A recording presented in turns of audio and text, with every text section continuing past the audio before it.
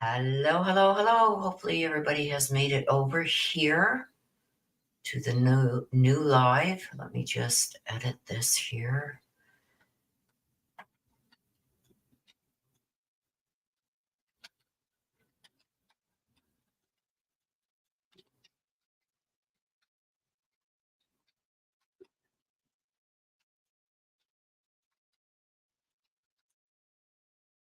Hello, everybody coming in. I'm just getting a banner put up here. Hang on a sec.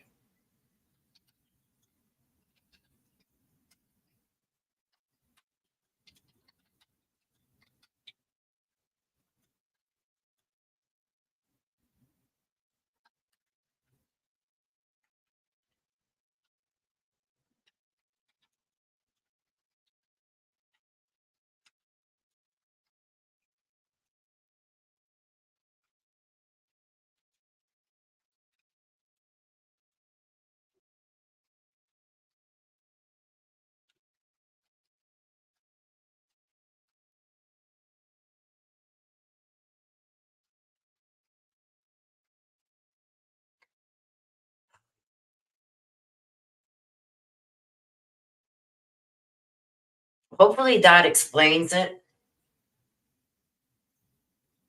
Okay, so now what I got to do. Okay, let me put this up while we're waiting.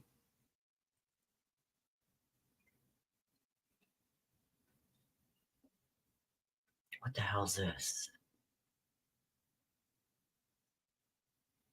I don't know what that one is. I don't think they're going to. I still got it up. Okay. Cool. Okay, let me just get this up. So as soon as the Brian Koberger one starts, it's supposed to start at 1 p.m., you guys, so in 10 minutes. So I'm watching that.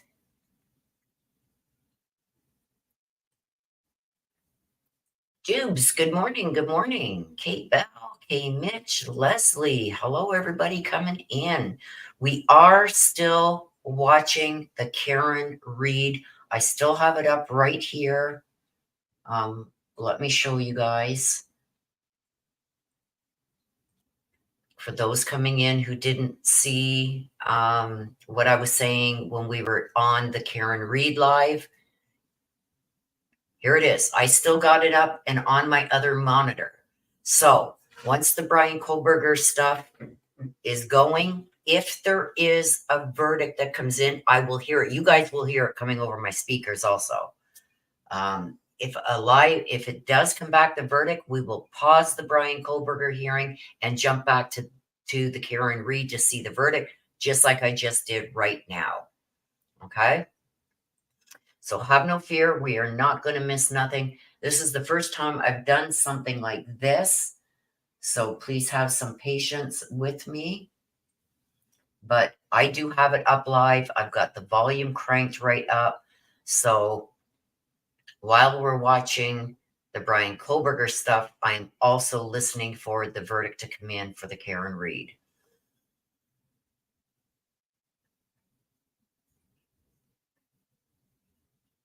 So we are just waiting right now for Judge. It is supposed to start in about 5-10 minutes. It's supposed to start at 1 o'clock. So just over 5 minutes from now, it should be starting. And I will pop that up on the screen as soon as it starts.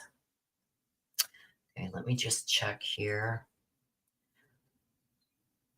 See if I can't give you some information. What's going on over there with the Brian Koberger.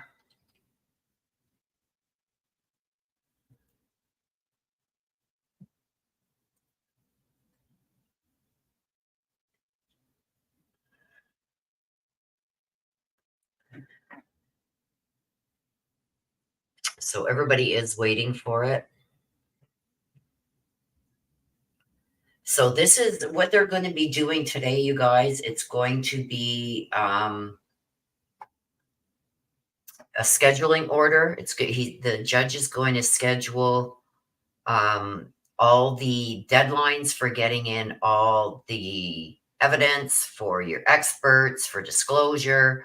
The judge is also going to rule on the change of venue, and hopefully, cross our fingers, he will be setting a trial date today. I'm anxious to see how he's going to act with Brian Koberger's lawyer.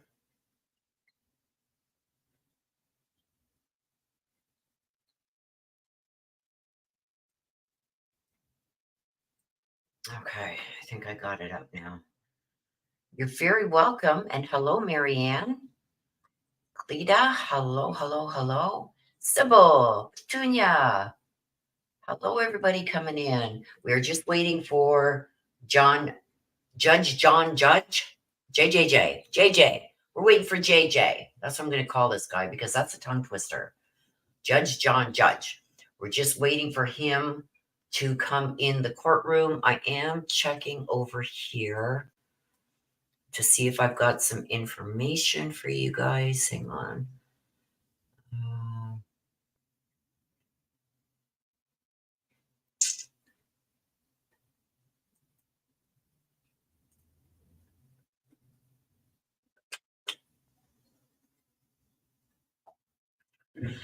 It's supposed to start 5 minutes, you guys. 5 minutes. And they don't put up the feed until the very last minute.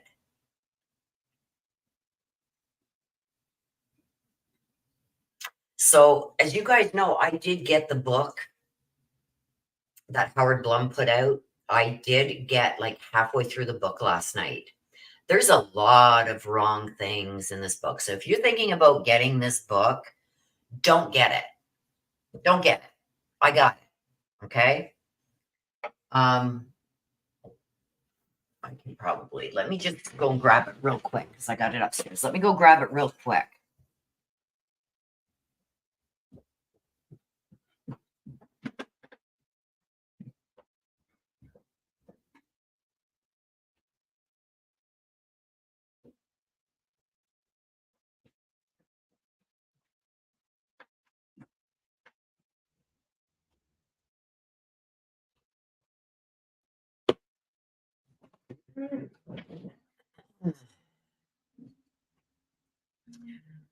There's my camera. You guys can see it was diamond painting. Here's the book, okay, by Howard Blum, The Idaho Student Murders. I've got about halfway through the book. I'm going to tell you there's a lot of things in this book that are complete BS. He states that Bethany Funk wasn't even there that night or in the morning. He states that Kaylee was found half on the bed and half on the floor. What else did he states that Ethan is the one that got attacked when he came out of Zaina's room to investigate some noise. That he got attacked and was found in the hallway. That's a lie. He was the one that was found up against the wall and bed where we seen the red stuff coming outside of the house. Zaina was found just inside the doorway. So that was wrong. What else? I'm trying to think. There was so many things. I've got it written down. I should have grabbed it. But I know that Kaylee's dad has said that book is fiction.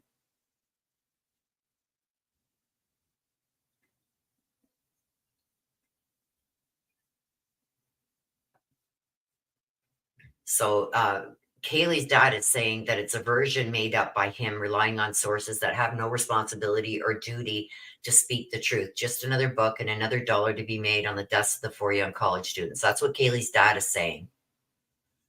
So it's like he's not impressed with the book. And like I said, I've got it right here, you guys. I'm halfway through it. You can see my bookmark in the middle. I'm halfway through it.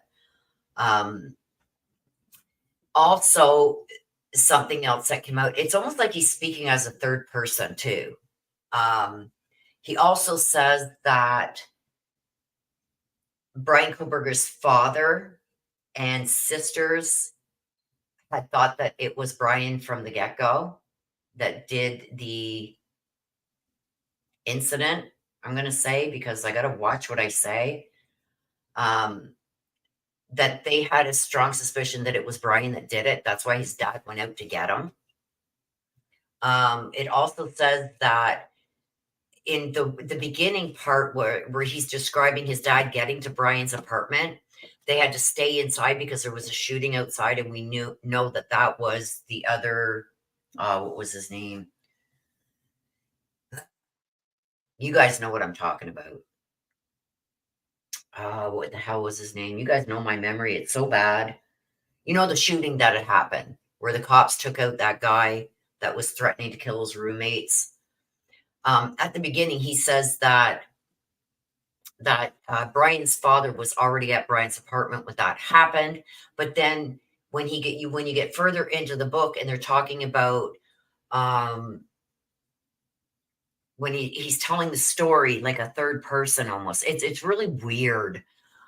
When they got stopped on the side of the highway, that the father had said that they had left in time, that they weren't there for that shooting, but they heard that it happened.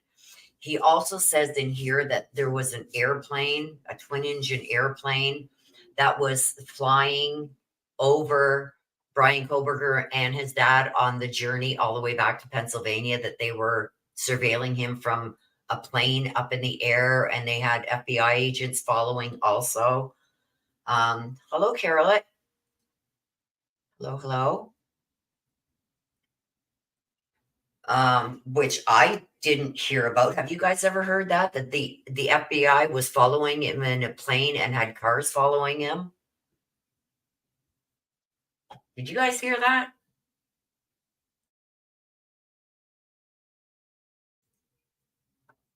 Because that was the first time I heard about it, was when I read it.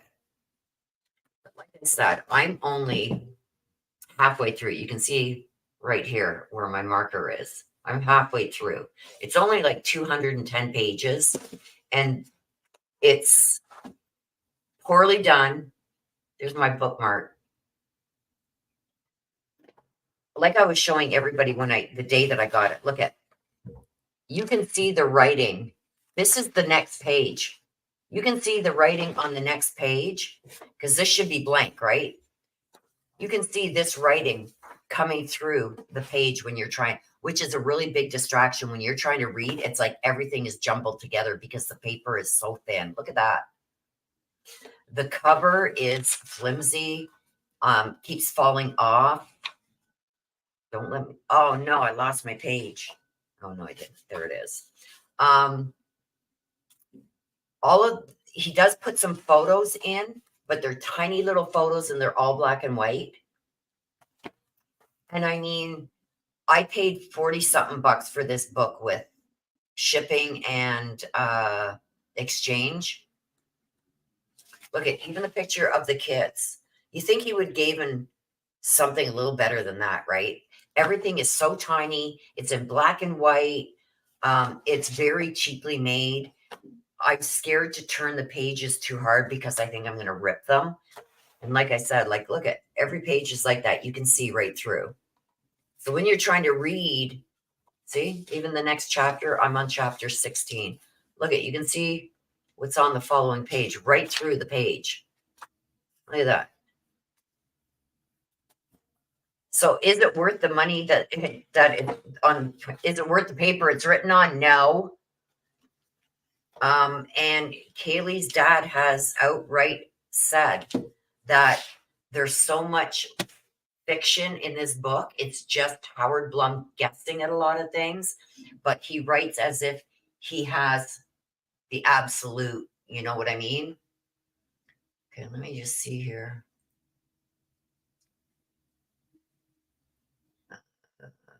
There is nothing up yet, you guys.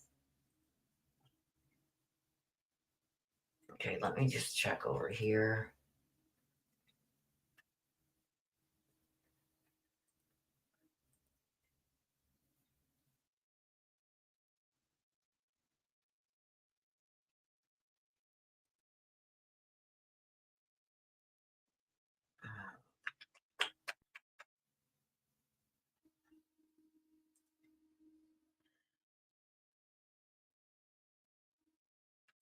My computer is running so slow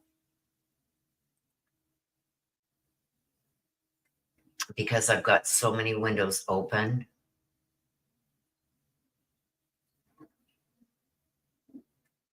Okay, it's up. Let me just get it going here. Let me get it up so I can get it going. They just came into the courtroom.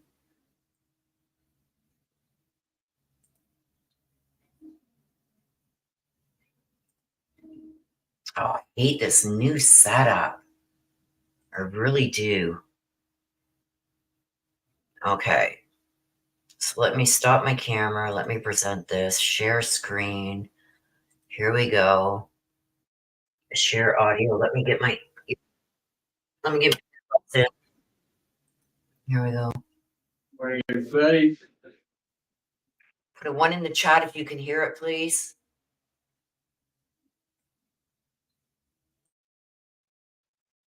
Okay, let's get on the record, please.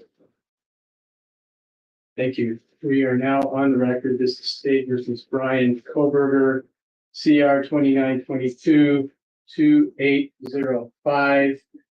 Present in the courtroom is Mr. Koberger, represented by Ms. Taylor, and Ms. Nassett and Mr. Logston are participating over Zoom remotely. The state is represented by Mr. Thompson and Ms. Jennings, Latah County Prosecutor's Office, and Mr. Nye and Ms. Beatty are participating over Zoom remotely. So we're here for a scheduling order, and I think we're about 13 months from the arraignment, and I think at this point, this is my opinion, that we're getting to a point of diminishing returns, and I sent to council last Friday on a proposed scheduling order for a lot of things, deadlines, including setting the trial. And so I also I set this hearing so that we can discuss this and see kind of where everybody is. So let me start with the state. Thanks. Thank you, Your Honor. We've reviewed the court's proposed scheduling order with the attorney team, and we are agreeable to it. It makes sense that we do the trial in the summertime when high school is out across the street and when the university is out and the conflicting activities. And the schedule that Your Honor proposes is acceptable to the state. I would note just a minor detail that June 19th is also a legal holiday.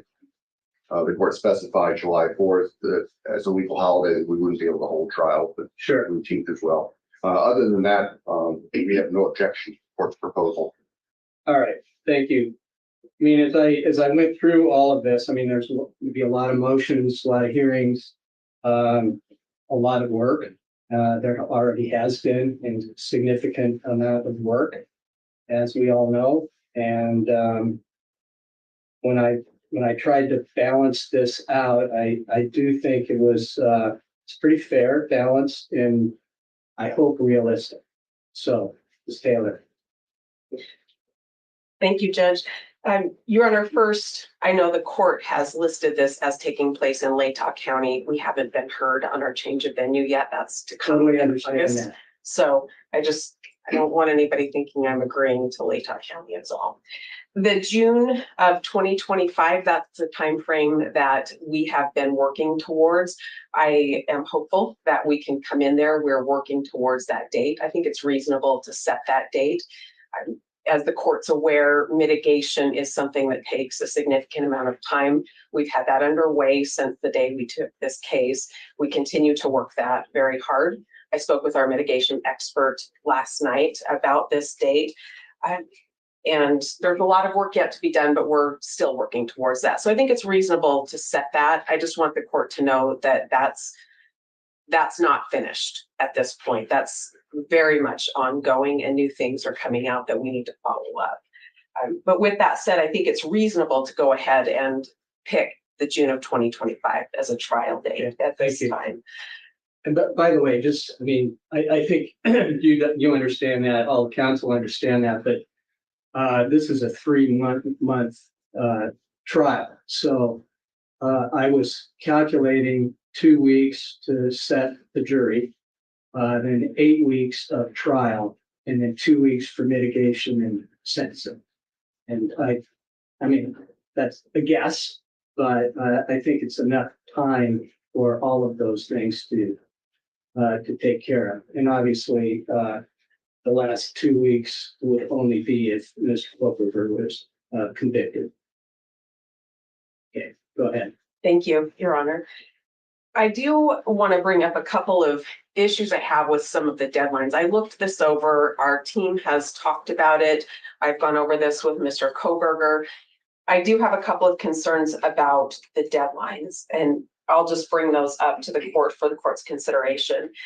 As far as motions challenging the death penalty, and that's in right under motion practice letter A that the court has on its draft, we can have a lot of those filed by September 5th. I would note for the court that that's ahead of the state's final discovery date, and that's ahead of the state's deadline to produce its aggravation case that it will use. We can meet this September 5th deadline, but we're going to ask the court to give us a little leeway when there's something new that comes our way. If there's an amendment to a motion or a new motion that becomes relevant based on something new, we'd like a 2-week window after receiving something new to file that. But the bulk of it we can get in by the deadline that the court has asked here, and that's just not a problem. Sure, I understand that. I mean, I looked at that. I wanted to have that early because, you know, it's a bigger question. Yeah. And I was aware of the Ross case. I think you had 16 motions in that case. So and so I wanted to sort of address those issues early. Your Honor, we can definitely do that. We can address a lot of things early. We just don't want to be precluded from bringing an amended motion or a new motion if something new is filed that would have been relevant to something we've already filed. I'm not going to prevent you from doing that. Perfect, thank you. And by the way, a lot of these deadlines, I mean, you can certainly do them earlier if you'd like to. I would encourage everybody to do that. Thank you. Your Honor, then moving on, the motions in limine under letter C, the court has suggested February 13th as the date for that. I think in large part we can do some by then, but the exhibits that we'll exchange and witness lists that we'll exchange aren't due until after that. And again, I think there might be additional motions that would be relevant after those things have been exchanged. So if the court wanted to move the whole deadline so we had all of those motions in limine at once, I think that would be reasonable. But if the court wants to keep this deadline, as long as we have the ability to bring more motions in limine based on new filings, we'll be okay with that as well. Sure. And I was also thinking about, you know, I guess experts, for example, I mean, they may have longer hearings that, you know, we're going to have to work through all of these things. I mean, this is just a structure. Thank you. The court had listed March 14th as a trial brief date, and that is ahead of some of the other deadlines, recognizing that the trial is the innocence phase and the sentencing phase, if it happens, is the mitigation and aggravation. I would just say this is a fine deadline, but we won't be touching anything to do with our mitigation by then, if that's what the court anticipated. Yes, Okay, perfect. I think well. Yeah, we had March 3rd for mitigation. I figured by then you would pretty much have that in hand. We hope to. That brings me to the last point I wanted to talk about. The court has proposed setting a mutual exchange of aggravation and mitigation materials, and I'd ask the court to reconsider that. We will aim for our March 3rd deadline. That's our plan right now. If something changes that, then we'll come back and let the court know and talk to counsel. But would ask that the state's aggravation package be provided to us earlier than the same day as our mitigation. Should we get to that point, the state has the burden of establishing the statutory aggravators. There are some things I think I might be able to guess about how the state's going to try to present information, but I don't think I should have to guess. I think I should have that information well ahead of providing the mitigation that will be presented in response to any aggravating information that's presented by the state. So I'd ask the court to set the date for the state to produce its information much earlier than ours. The state filed its notice a year ago yesterday, and I have a lot of questions about what the state would intend to use to try to establish many of the statutory aggravators they've listed. I know I've heard the court talk about super due process in a capital case, and I think it's appropriate for us to be on notice and be provided discovery, to be provided a full range of what the state intends to use to establish those if we ever get to that point. And I think we need those ahead of our deadline for mitigation. So I'd ask the court to move that deadline up quite a bit earlier. And that's it. Thank you very much. Mr. Thompson, do you have any issues about having the aggravation in advance for a period of time? No, sir, as long as we will have the option, the ability to supplement that once we see whatever the defense plans to offer in the way of mitigation. Well, I'm appreciating that, with these deadlines, that we're going to have supplement all the way along. I just don't want to be scrambling around a month before the trial. We're all going to be very, very busy. And the more we can resolve certain motions, supplements, whatever we need to do, I'm trying to do this sooner than later. Yes, sir. And that's our preference as well. And Ms. Taylor as well. Yes, Your Honor. But just to make sure though, you have to do your job and the state has to do its job and I have to do my job, but I think this is a great step, okay, to set these deadlines and hearings so that we can move through this. It's going to take a while, but anything else we need to address today, Mr. Thompson? I don't believe so. Thank you. Ms. Taylor? No, Your Honor. Thank you. Okay, well, it's very short and I'm grateful that everybody's working together. Thank you. Okay. Take care, everybody. We are adjourned. All right. Well, I guess we don't have to worry about missing anything from the Karen Reed case.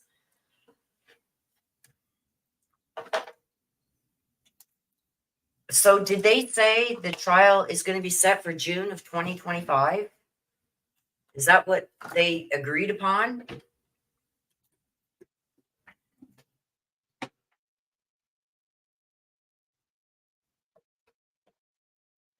This is crazy. This is I don't get it. This is crazy. Okay, so stop sharing that.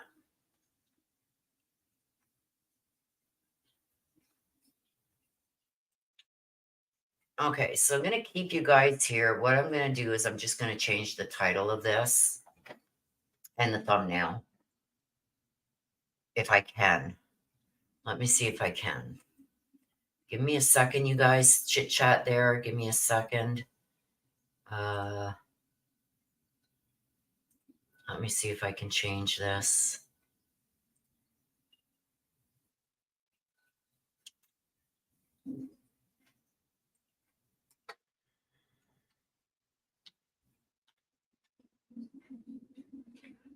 Hang on.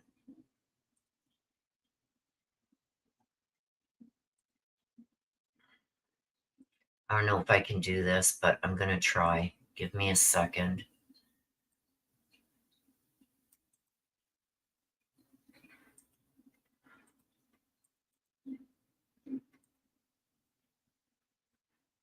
Let me get rid of this.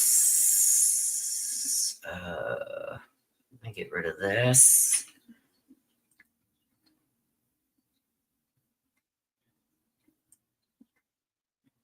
Let me put this in.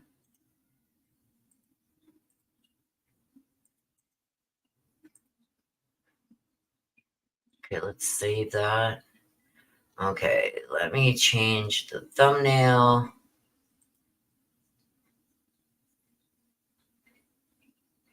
Come on. To this.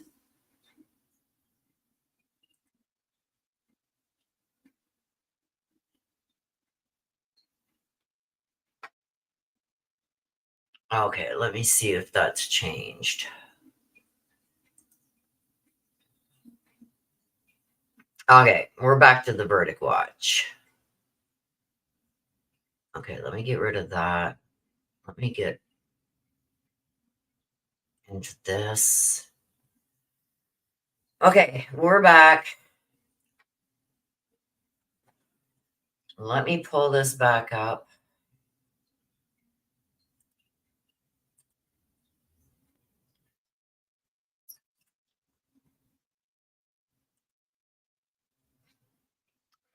Okay, let me go here. There we go. We're back. So hopefully the title and everything has been changed. Let me just go and check in my studio here.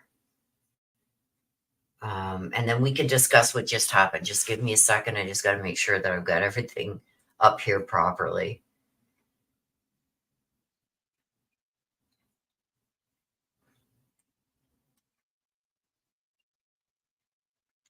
Looks like it's upright.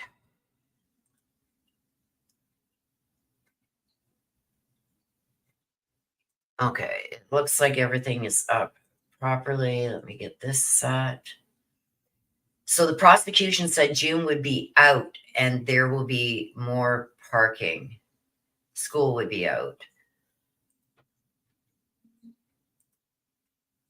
To me, though, it's just she was steadfast, right?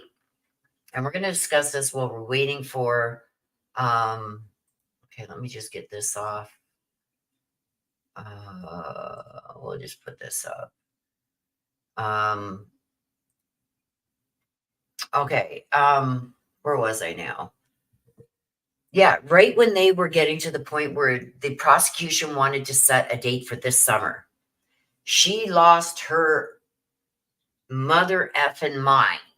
And she says, no way, this trial has to be done June of 2025, blah, blah, blah. We're not doing it June 2024, blah, blah, blah. She rose a huge stink. And the judge said, no, June 2025 is too far out. Well, guess what she gets?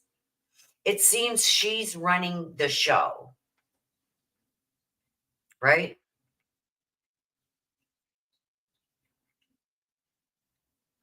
June, there's going to be issues too, because there's all kinds of festivals and festivities and all this stuff that's going on during the summer in Moscow, Pullman, stuff like that. They have all kinds of summer things that are going on.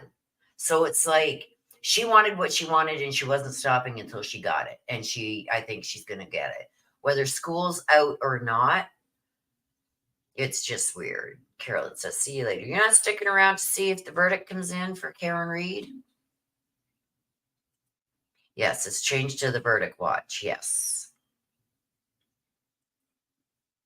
Mitigation March 3rd, then possibly, yeah. So the trial's not going to be held before March because they're going for mitigation on March 3rd, right? But the judge said absolutely not to the summer of 2025. And now all of a sudden he's letting her get her way. I don't know.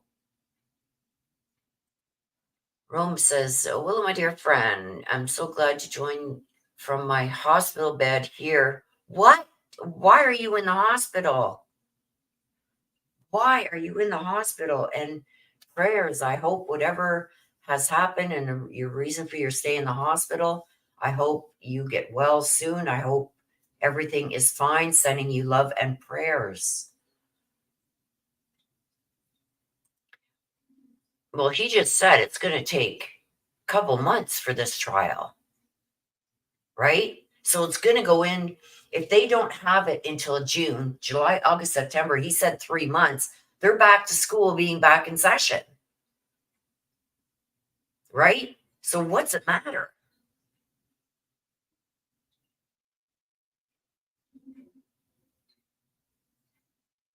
Yeah, he just never gets tough with her at all.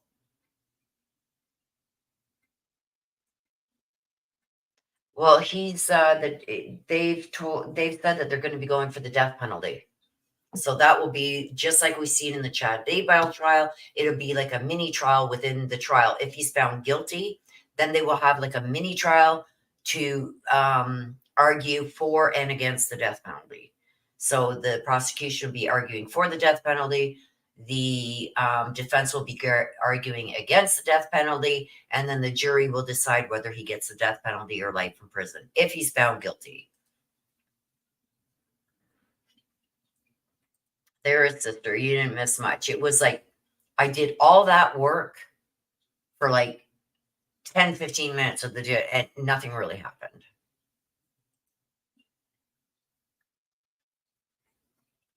All these issues that were in the court file documents, none of it was taken care of. We don't have a trial date. We don't have a ruling on the change of venue. All we have is something for mitigation for March 3rd. There's some deadlines for September, but the defense is also complaining about that. They don't know if they're going to have everything in and they want some more time. This judge had said 6 months ago, I am not pushing this trial out to the summer of 2025. It's too far out. And look at what's happening. She is ruling the roost. What she says goes. You're very welcome, Roma. I hope you have a speedy recovery. Kimmich says, yeah, it makes no sense. Yeah, it makes no sense.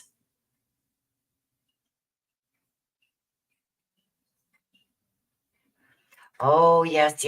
I'm sorry, Roma. I can't even remember what I did yesterday, my dear. So I'm so sorry for it slipping my mind. It's like I said, I have a really bad memory. Short-term memory is shit. So yes, I do remember you saying about this, and I did tell you that everything would be good. You're going to be fine. You're going to recover, and everything is going to be fine. And the wind is picking up here really bad, you guys. We're in for another storm.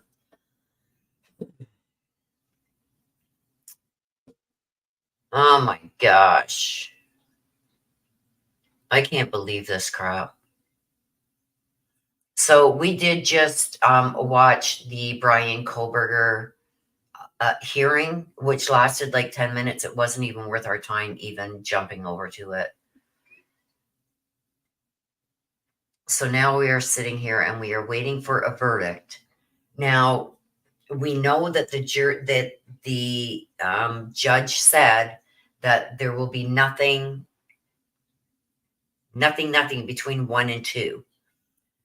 Does that still stand today? She didn't say, but she did say to stay until 3:30 within a 5-minute distance of the courthouse, because I guess they don't get the 30-minute warning. They get like a 5-minute warning.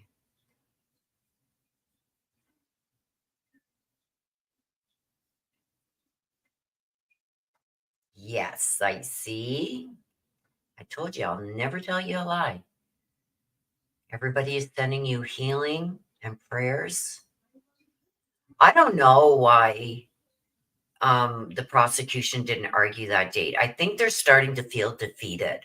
Like she's going to run them right over. So I hope they bring it for this trial. I really do.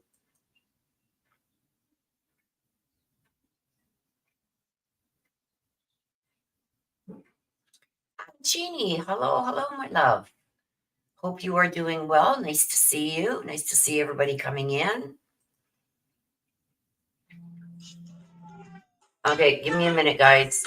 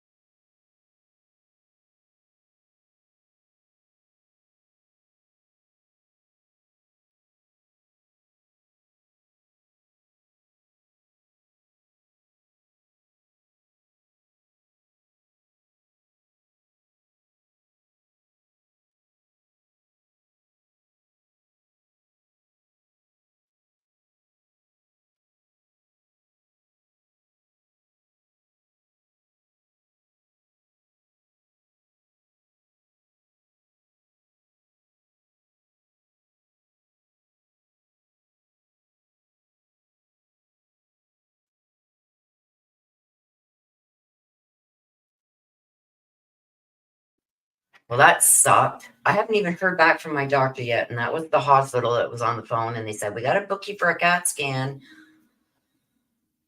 because they found an injury now in my neck from the fall in December that I had. So now they want to book the CAT scan for my neck because they think that I did something to my neck. So and they're booking it for me on a Sunday at 1 p.m., July 7th. I didn't know they did that on Sundays. But anyway, let me get that. Okay, let me just see. Christine Isabel says, please check your PayPal. I sent you gas money. Oh, thank you, Christine. Let me go and check it.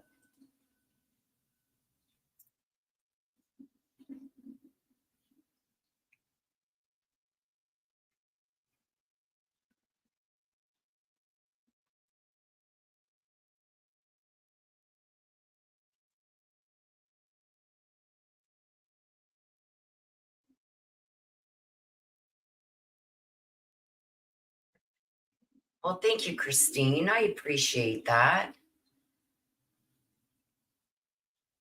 Appreciate it very, very much. Thank you. Thank you so much. That is going to help.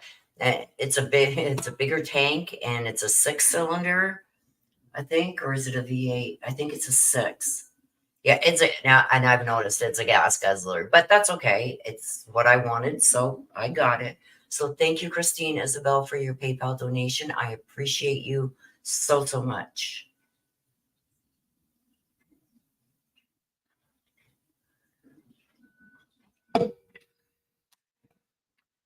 Yeah, like first he said July 5th at 10:30 at night, and it's like, what? Nighttime? He said, yeah. I said, no. I'm 60 years old now. I'm in bed like at 8 o'clock. I'm in bed. He says, okay. He says, how about July 6th at 6:30 in the morning? I said, what? No, I'm not even, I couldn't even get up and get there by 6:30 in the morning if I tried. So then he says, okay, July 7th.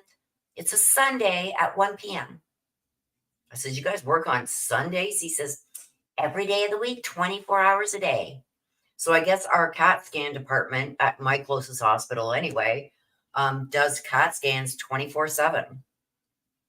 So especially on a Sunday. And I haven't even heard from my doctor. My doctor's not calling me until tomorrow to tell me the results of my x-rays. And it's because of the results of my x-rays that he sent a requisition to the hospital because he wants a CAT scan now. So when he calls me tomorrow, I'm going to tell him you're $1 late, $1 short and a day late. I'm going to start charging him. Thank you again, Christine Isabel. You are a darling. Thank you so much for your support. Mitch says, oh no, I'm not worried about it. I know there's something wrong with it. It's like at this point, I'm still waiting on the neurosurgeon for my back. Because not only did the doctor told me when I did that fall, you guys know about the fall down the stairs, they said I broke my tailbone, cracked 2 ribs. Well, that doctor in emergency missed that I also fractured my S1. And I told him I hit the back of my head and my neck, but they never x-rayed that or nothing. And I started having a lot of problems with it and getting like jolts and everything going through my head. So when they sent me for x-ray and they sent me to the ear doctor thinking it could be an ear infection, he said, no, there's something going on in your neck. So he sent me for an x-ray. I guess the x-ray showed something. But back in December, this doctor at the hospital didn't even bother x-raying my neck. So I'm falling apart, you guys. I'm falling apart. That's what happens when you get older, especially when you take falls. So yeah, so Sundays, they're open. 1 p.m. is good. I can do 1 p.m. So I'll have to make sure that I do my mini reads on the Saturday that weekend for sure. Oh. So where are we? What were we talking about? Let me just get this out of the way. Did I get that in my phone? Hang on. I got to put it in my phone or I'm going to forget. July 7th.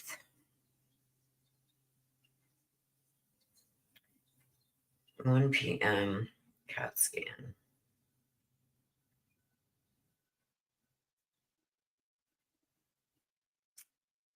Remind me, please.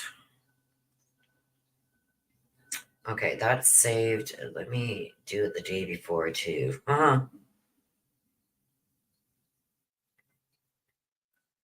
Just so I'm doubled, because I'll forget. You guys know me.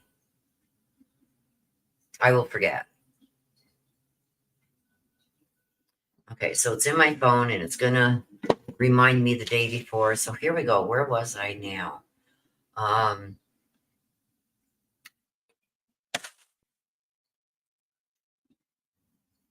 So as we are waiting, let me do this. So we were talking about the book. I had a comment up above. Came Mitch. Okay, hang on a sec. Let me scroll up. Came Mitch. I had a comment up above. Let me scroll back as far as I can here. If he is innocent, why is he willing to sit in jail for another year? Right? If they have an alibi and he's innocent, you know what I mean? Why is he pushing it out? Because any time that he spends in jail right now, well, unless he gets the death penalty, counts as double time, right? Double time off of any sentence. But if he's found guilty, even if he gets a life sentence, he's never going to get out anyway. But yeah, I don't get it either. If somebody claims that they are innocent, I would not have given up my right to a speedy trial. I would be pushing for the earliest available date. I would be telling my lawyers, get the hell on this. I want to get in front of a jury. I'm innocent. But that's not what he's doing. But anyway, yes, this book, don't buy it. It's not worth it. Not worth it. Zero. It's like I started reading. I think I got like, look at the pictures. You can't even, like, it's so cheaply made. This is the picture of him and his dad in the car. You can barely even see it. And here's the prices, you guys. $37 in Canada, but you can't get it in Canada yet. Or $30 in the US. It's not even worth it's not worth the paper it's written on, put it that way. It ended up costing me like $48 with the shipping and the exchange and everything. I was this close to sending it back with a nice little note that said, cheapskate. You're going to charge that much for a book? You're not even going to put, like I said, I was showing you guys before. Look at, you can see the words from the page before right through. It's like this. I'm scared to even turn the pages hard. It's like it's tracing paper. And look at all of the photos are so tiny. There's hardly any photos, but the ones that are, they're so tiny and they're black and white. You didn't even put color photos in the book. So anybody that was thinking about buying this, it's garbage. Like I said, I'm halfway through it. I don't know if I'm going to finish it. Kaylee's dad has already commented on it. It's like, it's fiction. There's things in here that he has said. If you're looking up over here, you guys, that is the courtroom for the Karen retrial. We are waiting for a verdict to come in. So it is there, right there. But as far as this book, for those of you who are just coming in, he says that Bethany wasn't even there.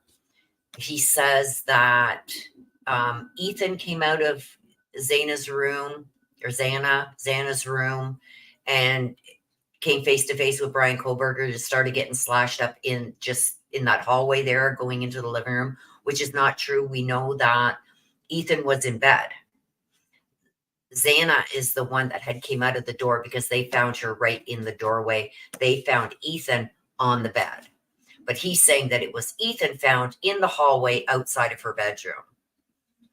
What else did they say? I went through some of it earlier in the video. There's just so much lies in here. And he's guessing. He says that Kaylee was found in the corner of the bed, half on the bed, half on the floor. Well, we know, say this is Madison's bedroom. The bathroom was here. The hallway was here. Kaylee's bedroom, the stairs were here. Kaylee's bedroom was over there. So you come in the door here. We know that Madison's bed was right here up against this wall, and this wall, pushed right into the corner because it was a really small wall, a really small bedroom. So her bed was pushed right up against these two walls. He said that Kaylee was found half on the bed, half off the bed. So, I mean, there's things in the book.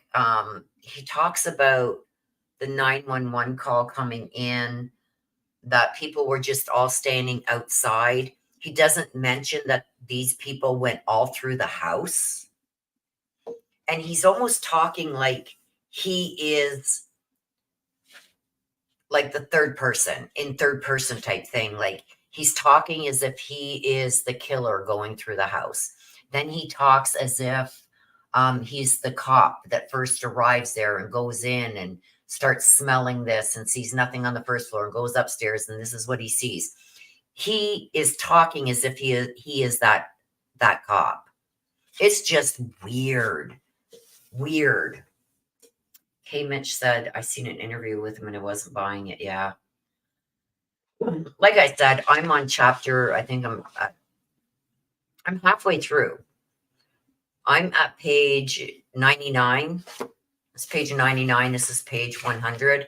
It's a 200-page book. Well, actually, it's 200 and something. But it's 200. Hang on, let me get my glasses on. I guess that would help. It's like 225, 26, 27. I'm scared to turn. 224 pages. But the last 12 pages are an acknowledgement, and then all the different news channels and stuff like that he got his information, he says, from. So, and even the information that he did say he got, like, there's a lot of inconsistencies. There's a lot of made up stuff. And like Kaylee's dad said, this is more fiction than true crime. I don't think it's true crime at all. And I think it shouldn't be marketed as true crime because there's so much inconsistencies in here. There she is, Teresa Simpson. Hello and welcome back. Can get in library, borrow, hopefully. It's not even worth the reading, Roma. It was just released on the 25th, and I got it on the 25th. So last night I finally picked it up. Like I was just going to send it back. When I seen the quality of it, like see when you open the book, like the binding on it isn't even, like it won't even stay down. You know what I mean? The paper is paper thin. Let me see if I can find a spot here to show you. That's how thin the paper is that you can see the writing right through the paper that's on the other page behind it. So when you're trying to read here, it's really hard because you see the writing behind it too. So it's really hard to stay focused anyway. Like I said, I'm only halfway through it. Lord only knows what else I'm going to find in here that's just full of crap. Him saying that it's Ethan and he was found out in the hallway. It's not true. Ethan was found in the bed. Zana is the one who came out of the room and she was found right in the doorway. A lot of things he says about Dylan. Also, he doesn't mention Dylan yelling to them, hey, keep it down. He doesn't mention that. He says that Dylan's standing in the door with the door wide open. We know that's not true because in the affidavit, she says she was peeking out the door. He says that the door was wide open and she was standing there in a state of shock and she's seen Brian Kohlberger and Brian Kohlberger seen her. It's just like, I don't know. If you guys want to spend that kind of money on garbage. Like I said, I wanted to send it back, but I wanted to give it an honest review. And so far, like I said, I'm on chapter 16 and it's garbage.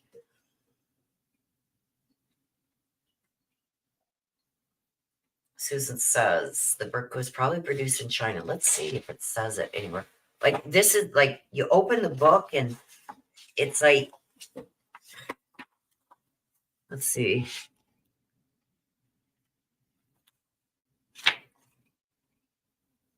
An imprint of HarperCollins Publishers. Does it say where it was printed? Printed in the United States of America. Yeah, it says it right here. Printed in the United States of America. No part of this book may be used or reproduced in any manner whatsoever without written permission except in the case of brief quotations embodied in critical articles and reviews. Well, I'm giving you a critical review, Howard Blum. For more information, address HarperCollins Publishers. So it's HarperCollins Publishers that published this.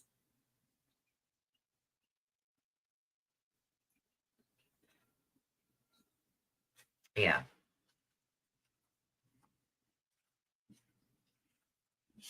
So yeah, it's like, I don't know. So it was printed in the United States.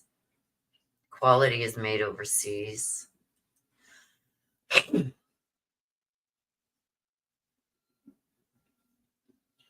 Yeah, but I shouldn't have to do that. Like I lay up in bed. I've got, it's not an ultramatic bed, but it's like an ultramatic bed. I sit up in bed and read. So to have to already hold this down, like as you're reading, you have to hold this down. Otherwise it flips your pages back. So you have to literally hold this down. And if you don't hold the cover, see how it pushes out? Look at the cover itself. So when you got the book open, look at how it's out. So this is, if you've got this leaning up against, up against your lap, it's pushing it there. That's what it does. And then it pushes on this. What pushes this up more, it's just so cheaply made. It's unreal. And then you got the back page doing the same. Like when you open the book, it's there's Rose. I'm back, love, from my father's 3rd surgery. Yay. Well, praying for a speedy recovery and that things go perfectly. Rose, thank you. Yeah, it's bad. It's bad. Like you have to hold this, and then hold your hands up here, because if not, when you're reading, this slips right off. It's like, it's horribly made, you guys. Horribly. And even if you take the cover off, that's all it is this. And you can already see, and you can already even see the binding starting to crack here. Like it's so cheaply made, it's unreal. And like I said, this is how much they want for it in Canada, $37. I had to purchase it in the US because it wasn't available in Canada yet. So it ended up costing me $48 and change for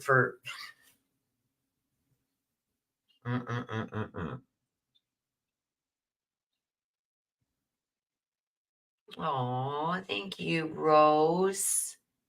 You're such a sweetheart. Rose is such a sweetheart, you guys. I missed you on I think we did reads on Sunday. I missed you, but I knew that you were dealing with your dad. So I'm sending prayers. I'm sending love. I'm sending all my good vibes, positive thoughts. He's going to be okay. He's going to be good. So let me get this stupid thing. I don't know. But yeah, I don't want it up there promoting anything from him. As you can see right over here, we are still waiting for the verdict to come in the Karen Reed trial. Now, the judge did say She doesn't want to be contacted between 1 and 2 because that is lunch break. So let's hope 5 minutes will be 2 o'clock. Let's hope 2 o'clock comes and they say, guess what? We got a verdict. Let's cross our fingers, cross your legs, cross your toes, cross your arms, cross your hair, braid it, cross your eyes, cross everything that you can. It would be nice to have a verdict today.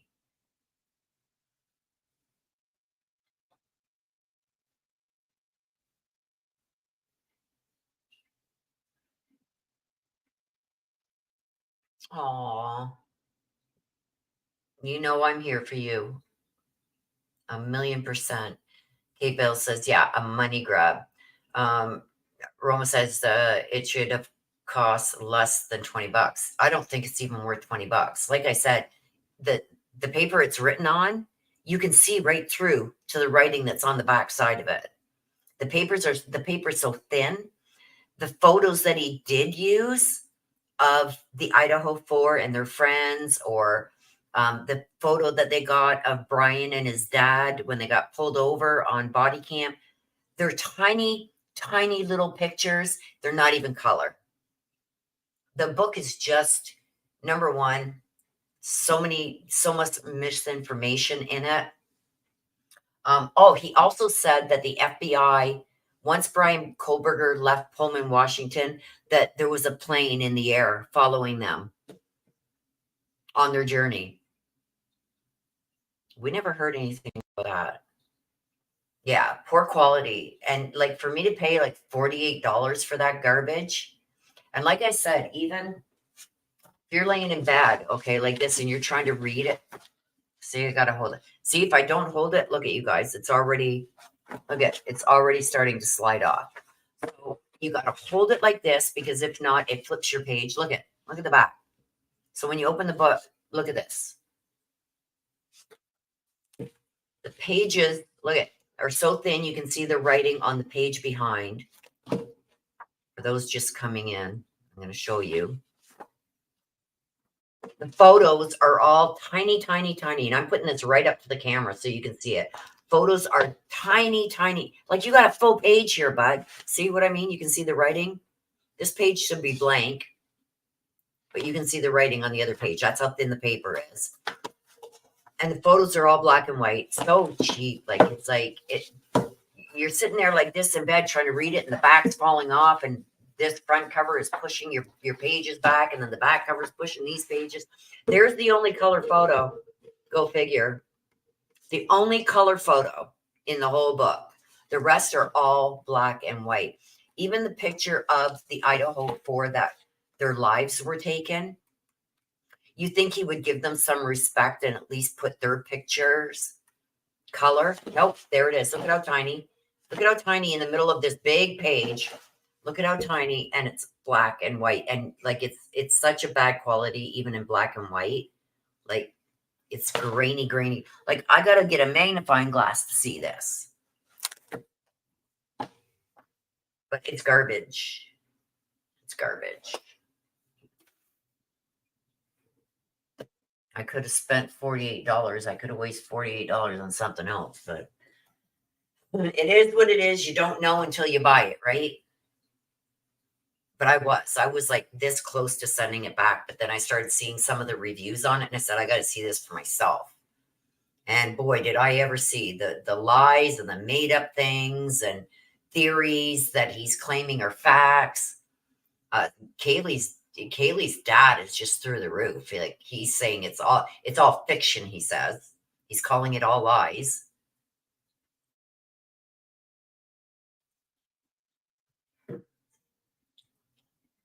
Color is more expensive, but when you're charging this price for a book, when people are paying $30 in the US and $37 in Canada, I had to pay the exchange and everything, which ended up costing me $48. Well, you're paying that much for a book? You should have color photos. The only color photo is Mr. Narcissist right here. Like you couldn't even respect the Idaho 4 enough to put at least their picture in color? No. I can't return it. I've already started reading it, but it is disgusting. Everybody should be leaving the disgusting the reviews. Right? Susan does this kind of stuff. Like not what Howard, I worded that totally wrong. Susan knows this industry. I'm going to leave it like that. Yeah, so this markup on this book and then to be handed garbage, it's like I was in shock. It didn't even come, you know how it came? In a box. It was flopping around in the box and everything. It wasn't like in a nice bag or cover or something to keep it protected. No, it was in a box with some crumpled up newspaper on top of it. And the box was just like a regular brown. Did it even come in a box? Or a bag? I don't remember. No, they come in a small box, like cheap box, like this. Here we go. This isn't the box that it came in. This is actually bigger. It came in a small box like this with the book in it with some crumpled up newspaper on top of it. And taped. No, like nothing to protect it, nothing. And I'm saying for that price point,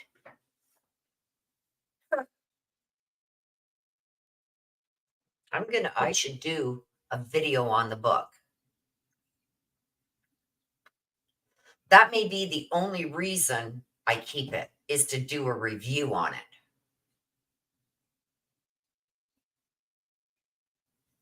And I'm going to highlight all the lies in the book. Right?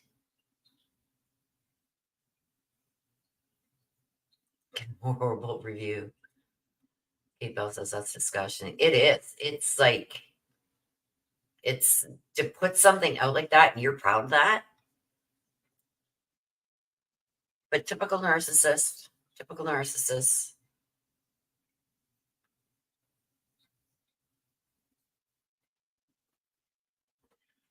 That's what I wanted to check. Hang on, you guys. I wanted to check something here.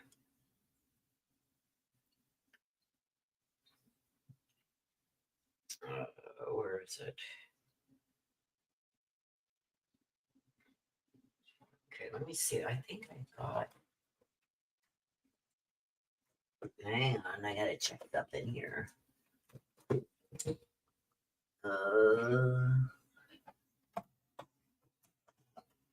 Oh, I do. Okay.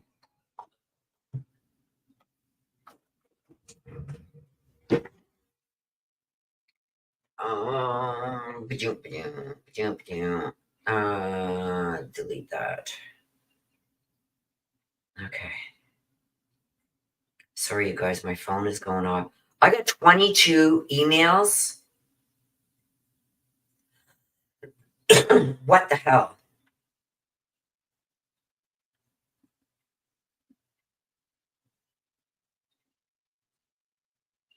I deleted 90% of this.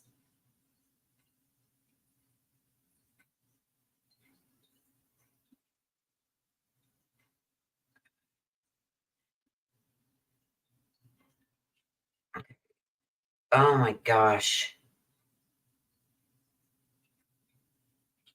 I deleted all these messages and I don't know why they're coming back.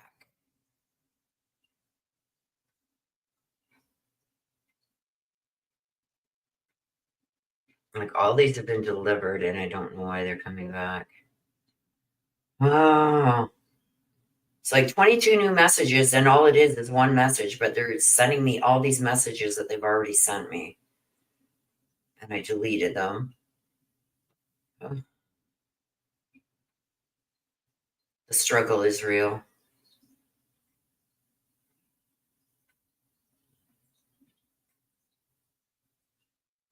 So I deleted them all. So now I'm going to go to my deleted and get rid of all these. And get rid of all these. There. Now they shouldn't come back. It seems every time I get a new email for my order, it gives me all the ones I've already deleted. I don't know why it's doing that. But it's annoying. Okay, 2:05, you guys. If they're going to come back with a verdict, they're going to be doing it soon. That's what we're watching right here. Right here to my right. That's where it's going to come on if we get a verdict today. Who thinks we're going to get a verdict today? Let me put up a poll. Start a poll.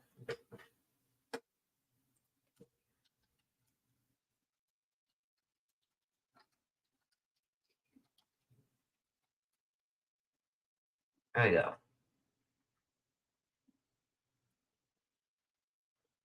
Well, my guess was wrong because I thought that the verdict would have came back yesterday, but I was wrong.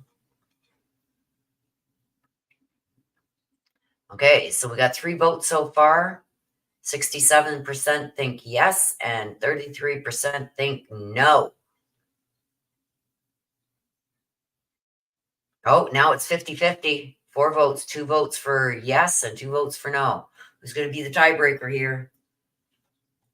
Who's going to be the tiebreaker?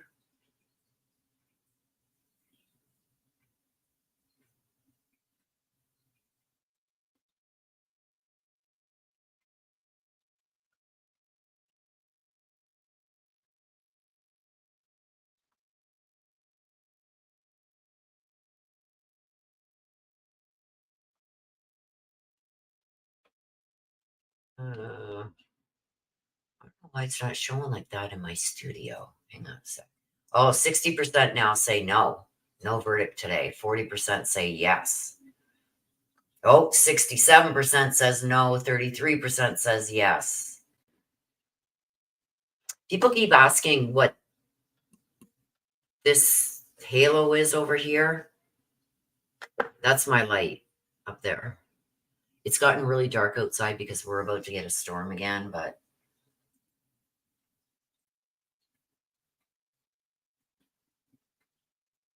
so we got 6 votes. We got 31 people in here. Come on, everybody, vote. Vote, vote, vote. Get your vote in. Okay, 7 votes. 43% say a verdict today. 57% say no verdict today. Oh, 9 votes. We got 56% saying yes. There's good. No, now we're back to 50-50. Oh, gosh, you guys. We got 10 votes and it's 50-50. Thank you guys for smashing that like button on your way in. If you haven't, please pop out of chat, smash that like button. When you come back into chat, make sure you got live chat selected at the top of your chat screen so you don't miss anything.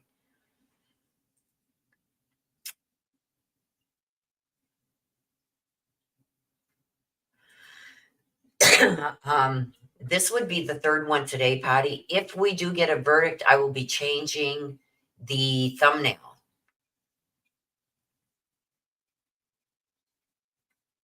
Because once they come into court, the verdict is going to be read right away.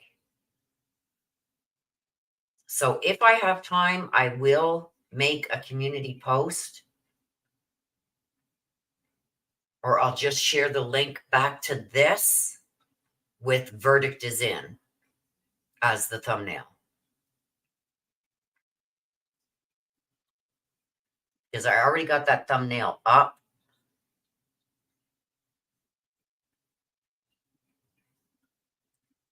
So if I do have time to do that in between, because they don't give us much time. We don't get this 30-minute warning like we do in other cases. We get like the lawyers and everybody gets a 5-minute warning. Once they're in court, the verdict is about to be read. So I don't know if I do have time, Patty, I will do that.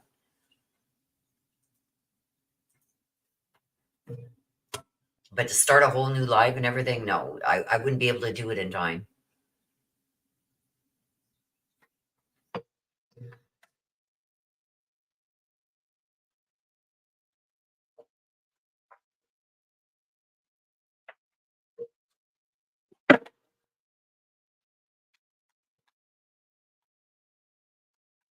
I haven't cleared these or nothing. Oh, I found the deck for the yes and no answers, I think. Was this it? No. Where did I put it now? Here it is. Here's that little deck that I said that I had that gives unlikely, no, reconsider, no need to worry. This is the sign. You're going in the right direction. Choose a new direction. Go. The time is right.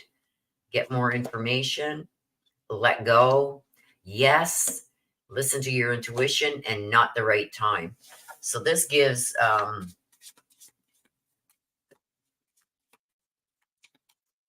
not so much yes and no, but let's ask them.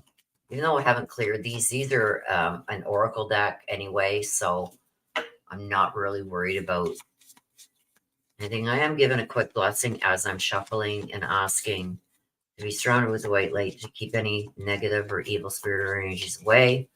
You're not welcome here, and I will clear them. Let's ask. I think if the jury had been sequestered, they would have probably been done. Yeah, I think so too, Nana. So let's ask, are we going to get a verdict today? Are we going to get a verdict today in the Karen Reed trial? Are we going to get a verdict today? These cards are so tiny. And there's not very many of them, you guys. That's what you get. So take it with a grain of salt. But let's see. That one wanted to flip. Get more information. Okay, here's some more information. I'm tired of waiting for this verdict. Are we going to get a verdict today? I don't trust these cards at all, but let's see what they say, just for shits and giggles. Are we going to get a verdict today? Oh, look what it says. Yes. Okay, so let's put that back in the deck. It said yes. Do I trust these? Number one, I haven't meditated with them. Maybe if I would have done my meditation and cleared them properly. My sister sent me this Palo Santo Holy Wood. I usually clear them with that and my sage. With my turkey feather, I use. I haven't done any of that, so take this with a grain of salt, you guys. We're just doing it for shits and giggles.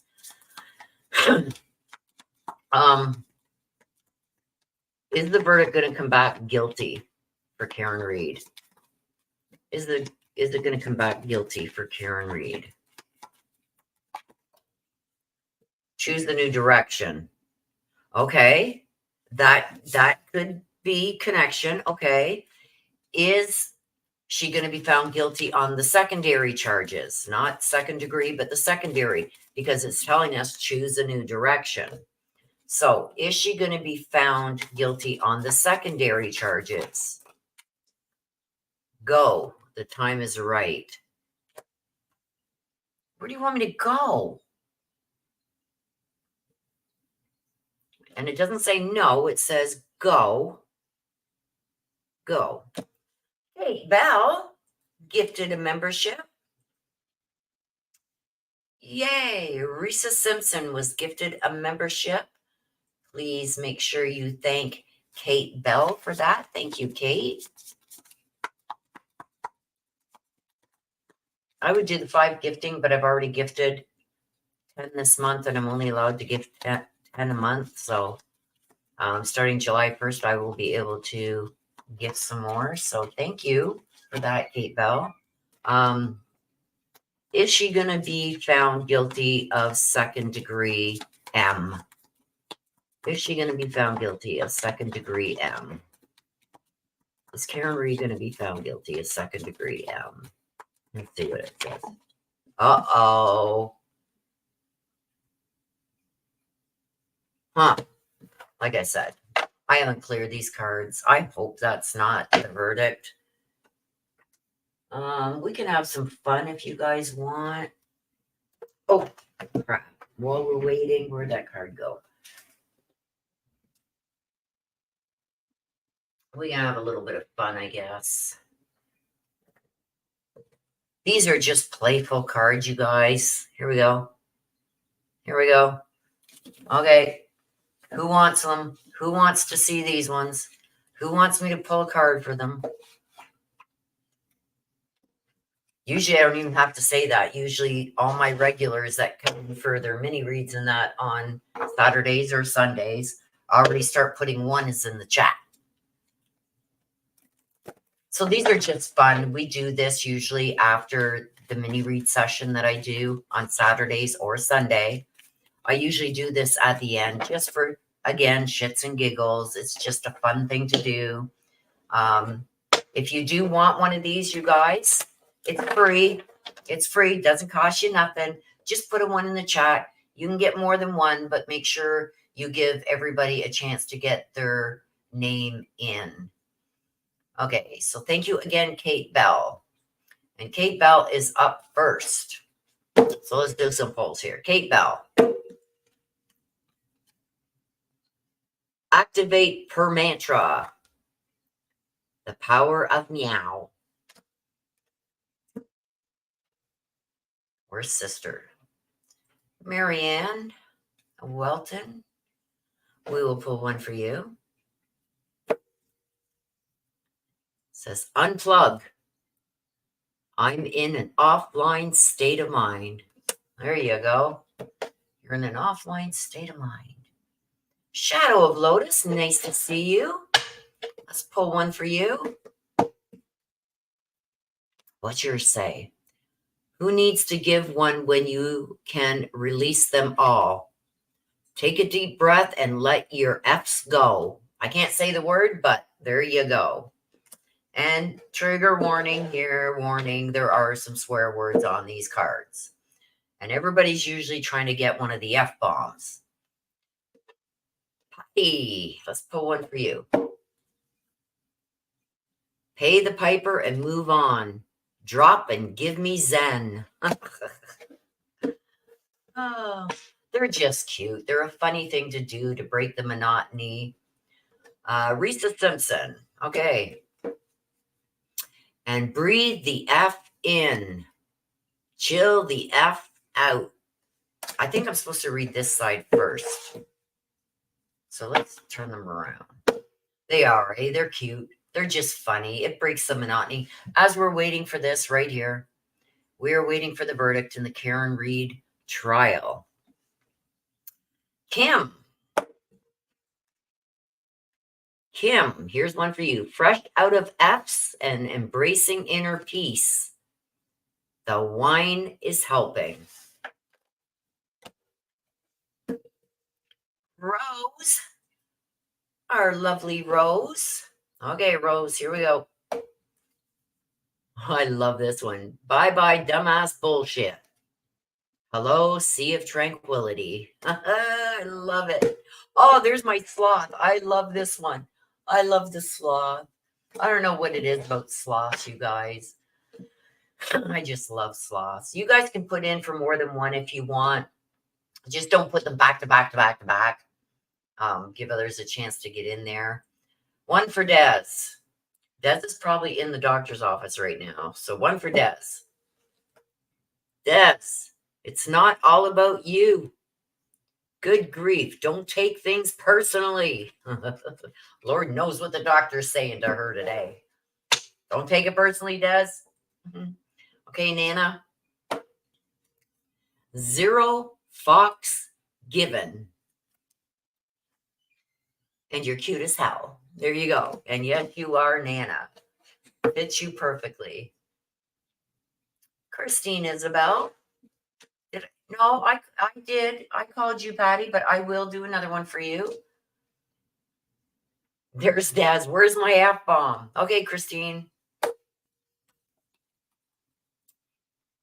Inner peace is my biatch. Acceptance, better watch out. I'm coming for it next. There you go. And Patty, you can always put in another one also, but I do believe I did call one for you. But Patty, here's another one for you. Sit happens. Let sit happen.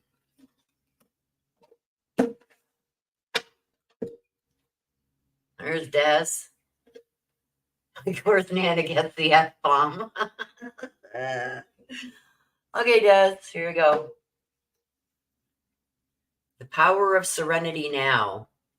Pencil it into your schedule. Yes, you need to pencil in some serenity. People need to leave you the F alone. And she says, of course, Nana gets the F-bomb. Shadow of Lotus. Let's give them a little shuffle because there's some good ones sitting on top here. Let's give it a little shuffle. Whoops.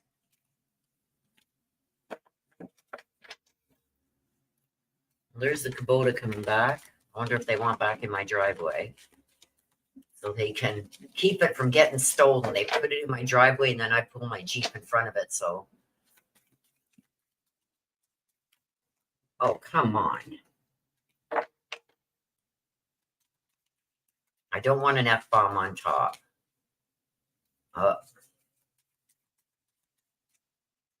Okay. Shadow of Lotus. Blessed as F. What's one thing you're grateful for? Because you are blessed. Jersey.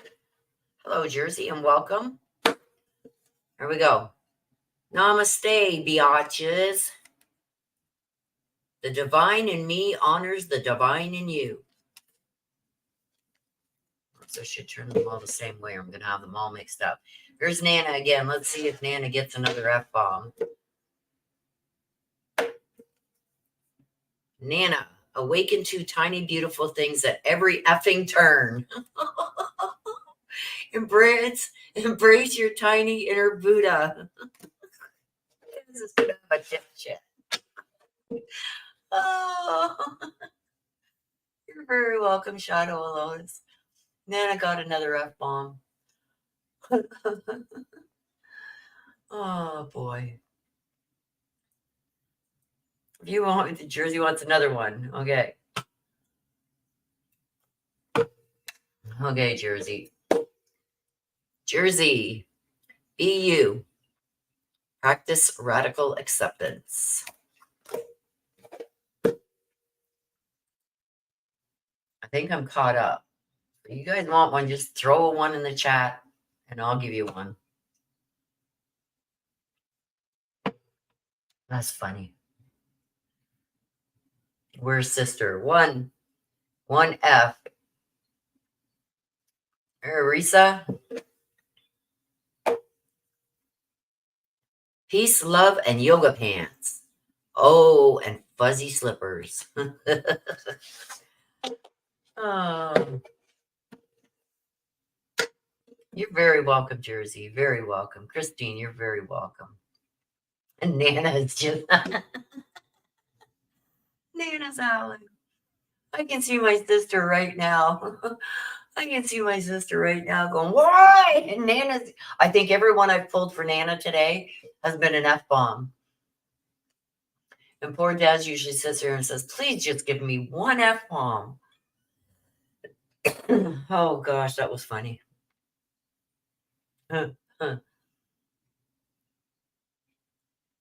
Oh, you're too kind, Risa. These are just funny ones. The cards that I've gotten recently, you guys, are this deck, the Broken Mirror. Oh, the Broken Mirror I've had for a bit, but I've got the whole series now in these decks. What's the vibe? Okay, let me take this off. Let me just put these ones up there. This is the series from one author. What other one? I think it's this one too. No, this one is a new one, you guys. This one is for areas of interest to look in, where we're going to find evidence, whatever. That's what this whole deck is. So I haven't been able to use it yet because I haven't cleared it, but I will be using that in the near future. And here's the other one, Path of Shadows. And here's the last one here. So these are all new. And so I finally got the crime scene deck, and it cost me like almost $90 because I had to pay in US funds plus the shipping and everything else, because you can't get this in Canada. You have to get it from the States. So the crime scene deck I think used a couple times. I find it's really good. Really good. I've always wanted it, so I finally got it. That's an awesome deck. But the Broken Mirror and Path of Shadows is different. I think What Lies Beneath, What's the Vibe, What's the Tea, and this deck here are all the same author. And I believe these two are the same author. So these are all new decks that I've got. Well, What's the Tea I've had for a while.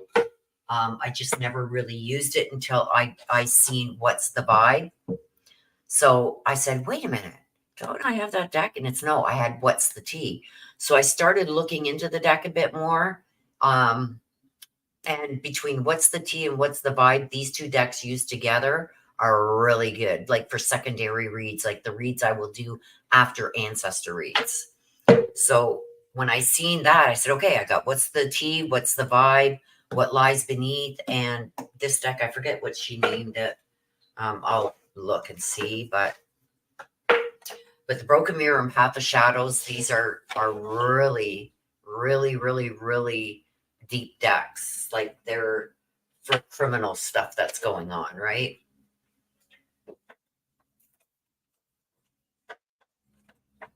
This deck, let me get the name of it for you.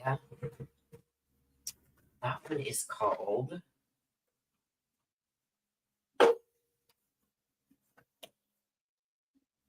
What's the News?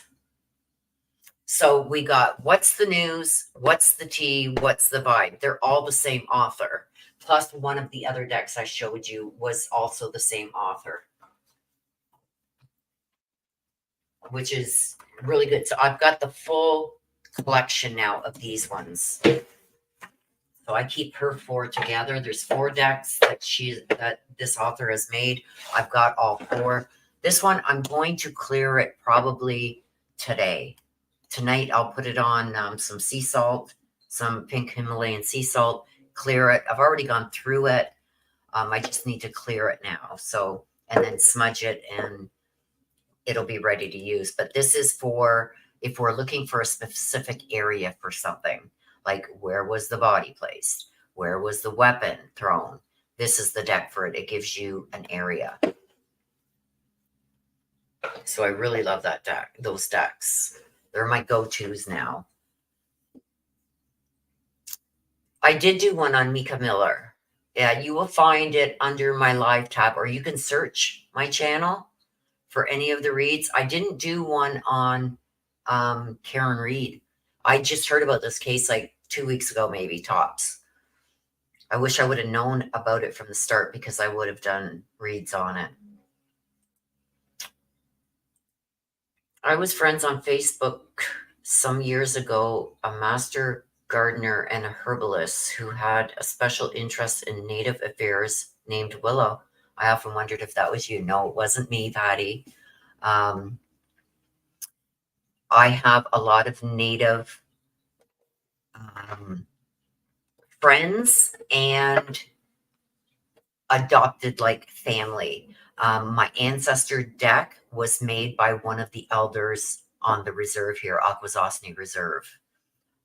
Here, it's Akwesasne Reserve is right between Ontario and the U.S. border. In between there is Akwesasne Native Reserve, and I know so many people over there. I'm related to some of them through marriage.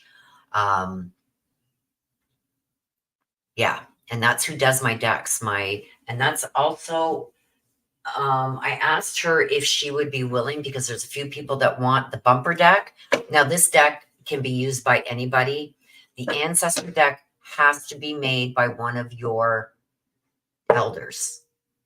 Or if you know an elder, they've got to make that deck for you and then gift it to you. It is based on your own ancestors. It could go back 200 years. You know what I mean? But it has to be based on your ancestors. Whereas the bumper deck, this is just a bumper deck. It's just like any other deck that's out there being made in droves. Like, if I marketed this deck, I could sell it on Amazon. I may just do that. But I know there's a couple people here that asked if they could get one of these decks made. And I did ask her.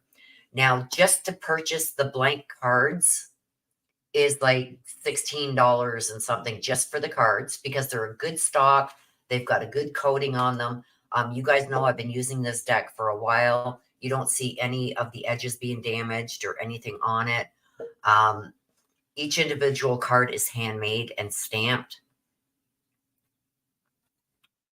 Okay, each card is made individually. She draws these herself. So to make, I don't even know how many cards are in this deck. I think there's like 58. But she draws all these herself. There's some really good, cute ones. I think this one. They're all handmade. So, you know, each individual card, you're never going to get one that looks exactly the same as the last. Like, she's pretty good. And she said for her time, the cost of buying the blank cards and the stamping and everything, the deck would be like probably like $45, $50 plus shipping. Now, I don't know if anybody's willing to pay that. Whoops, and now I've got some upside down. I don't know if anybody would be willing to pay for that, but each individual deck would be handmade. So no two decks are going to be the same. Like, you're going to have the same like this, but maybe your deck, the hat's going to be a little bit smaller or a little bit bigger of a dip, because each card is hand drawn. So I don't know. I said that I would pass it by you guys. So it would probably be like $45 plus shipping. Because just to purchase the cards alone are $16 plus the ink for the stamping and that. Plus her time to hand draw each card, right?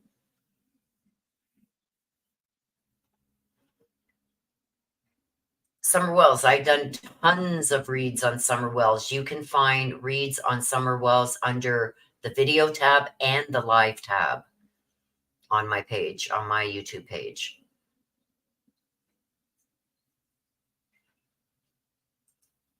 I'll do a read on Karen Reed now, just asking questions.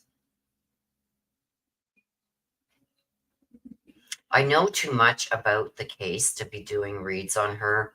Like, now I've gone in depth and I've watched tons of videos.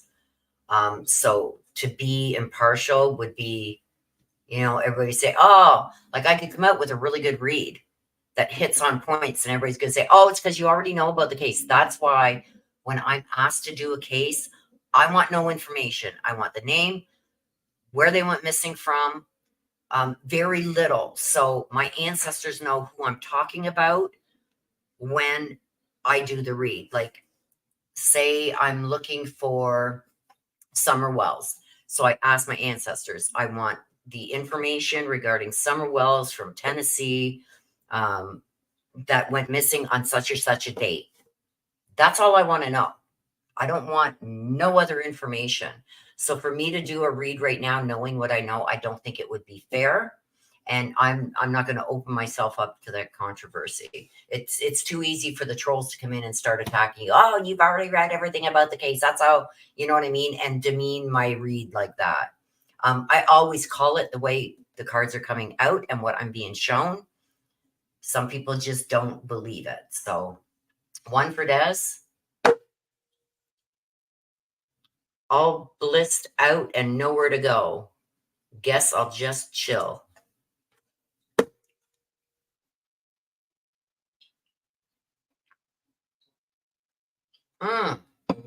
Oh, yes. That would be interesting. Maybe I should, because I've got the crime deck now too, and the broken mirror. Well, the broken mirror I've always had. I just didn't I didn't really connect with it until I started using the other decks that I just showed you. And then it's like, okay, where's that broken mirror deck? So yeah, maybe I will do that.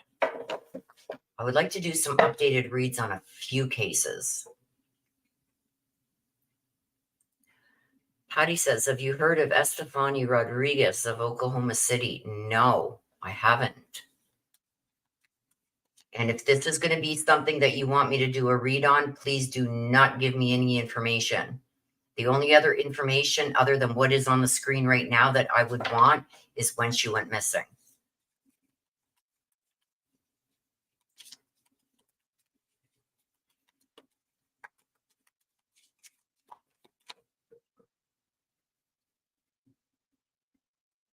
And it says, darn, what are you saying darn to? Oh, for not getting the F-bomb? Or Des. If Des had her way, she would have me just keep pulling them for her until she got her F-bomb. She is at the doctor's right now, so. They want me to move the Jeep? Are they going to put the Cobalt in the driveway? Cobalt, whatever, the digger thing. Okay. Okay. Let me get these back in their case, you guys. I've got to go and move my Jeep. So went missing June 12th and 13th of this year. I know I see. Just give me a second here. Not talking to you guys. I'm talking to the old guy I rent the room to. I guess they want me to. Okay, let me just write this down. Hang on. S. Bonnie Rodriguez went missing June 12th to 13th, 2024 from Oklahoma. Oklahoma City. Okay, don't tell me nothing more about it if you want me to do a read on it. Because I always start with my Ancestor deck. Yes, I'm going. Okay, give me a few minutes, you guys. I'm going to put this full screen.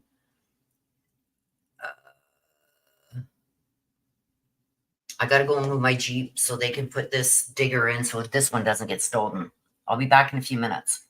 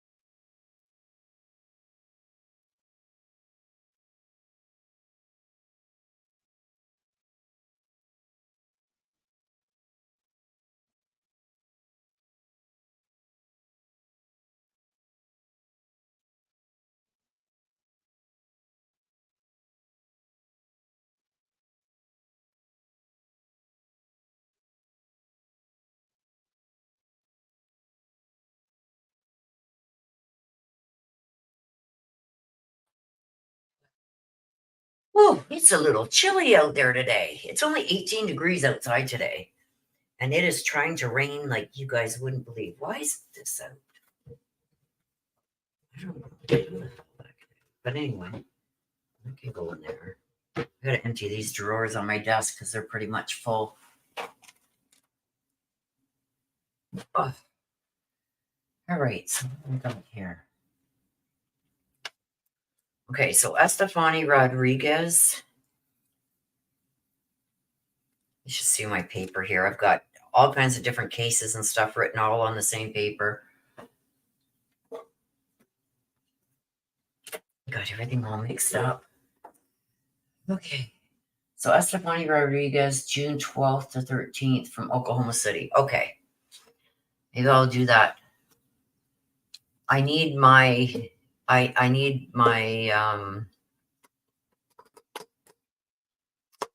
StreamYards to do it. So, and I can't use StreamYards doing two different things at once. So as soon as we're done watching for this verdict, so I could probably record it. If I do my minis on Saturday, I can record it on Sunday. If I do my minis on Sunday, I can record it on Saturday. I think we're going to stick with Sunday mini reads, except for on the 7th of July, because I've got to go for my CAT scan at 1 o'clock. So I think this week, probably do the mini reads on Sunday, or I don't know. I'll figure it out. I'll try and get it in sometime this weekend.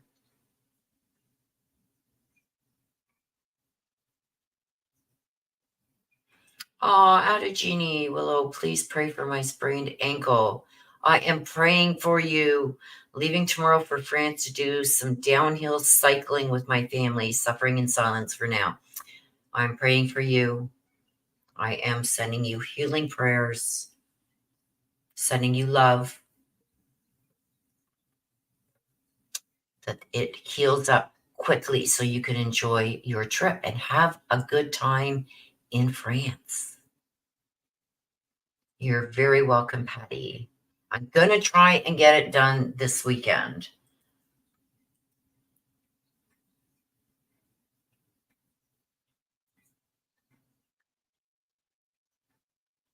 Okay, so I'm going to mute for a few minutes, you guys. We only got about an hour and 15 minutes left. I think they finish at 4 o'clock every day. I don't know, but we will see. But I want to run downstairs and get my last load of laundry out of the dryer because it's been sitting down there for 3 days. I totally forgot that it was in there. There's my memory thing again. So I want to run downstairs and get it because it's all my bedding. So run downstairs, go get that, and then get it folded up. So I will be here. I'm going to put my earbud or just turn up my volume on my speakers, one of the two, so I can hear if the verdict does come back. But regardless whether I'm here or not, sitting in front of the computer, as soon as the verdict comes in, you're going to see it right here up on screen. There's Crazy Graham. Hello, Crazy Graham. Just says I'm listening. Okay, so I'm going to run downstairs in the basement, go grab my laundry. Well, I'm not going to run down the basement stairs. That's for damn sure. I really take my time going down them stairs now. But I'm going to go down there and get that laundry out of there so I don't forget it again today. And then I'm going to get it folded up. But I will be here within earshot of this. So if it does come back, I'll be jumping on. Don't you worry. See you in a bit.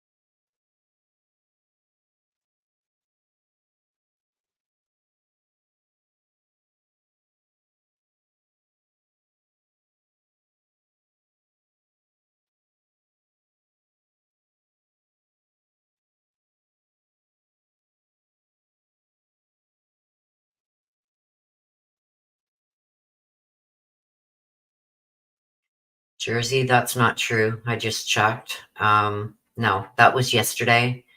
There was a juror that had to leave early yesterday. That's not today. So that's why we don't post things that we hear on other channels. Please don't bring it over here. But no, that was from yesterday. No offense against you at all. Please don't take it that way. It's just that's why we don't allow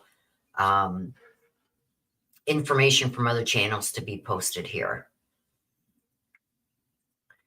Risa says, I love the summertime and if I get too hot, I just throw some water on myself and bomb, cooled off. Yes, I just go back and jump in the pool. Kate Bell says, I love all things that grow in the summer, but prefer sweater weather. I would either spring or fall. That's what I like. Kate Bell says, yeah, the kids spray me with the hose. Jersey. Nana says, Jersey, if that were true, the judge would have come back and stated that on the record. Absolutely. The jury is never sent home without the judge coming back and putting it on record here. What you are seeing, Jersey, is from yesterday. So please, for everybody here, please don't bring what you're hearing on other channels or other avenues. Please don't bring it here and post it here.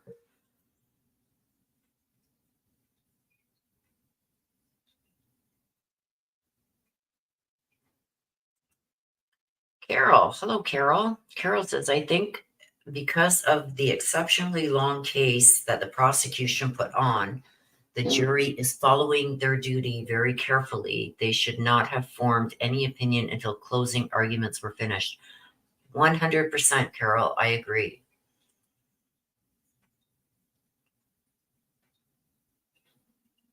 It's a lot of work, Risa. It's a lot of work.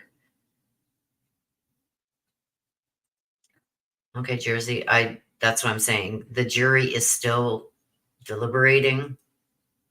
That's why, and this isn't just for you, this is for everybody. Please don't bring what you're hearing other places and post it here. We don't do that here. We do it that way. I'm kept out of the drama. There's no false information being spread, nothing, because everything I put here, you guys, is verified. Everybody that has been here a long time knows that. So people know when they come here, they're going to have verified information. So that's why we don't allow that. Okay. And it's not just you, Jersey, it's anybody.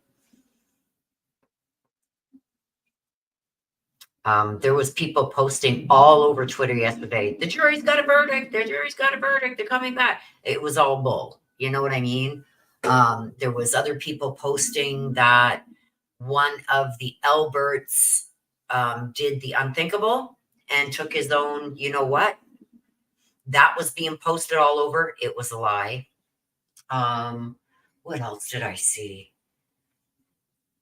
Oh, there was another one posting and arguing with people on a Facebook page, and she put her picture of Jen McCabe and changed her name to Jen McCabe. So she thought she could get everybody thinking that she was Jen McCabe. It's been nasty. So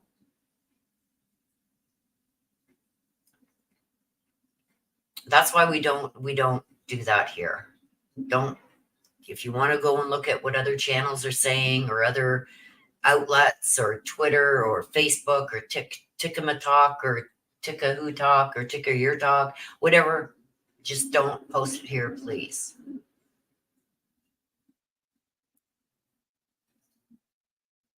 I have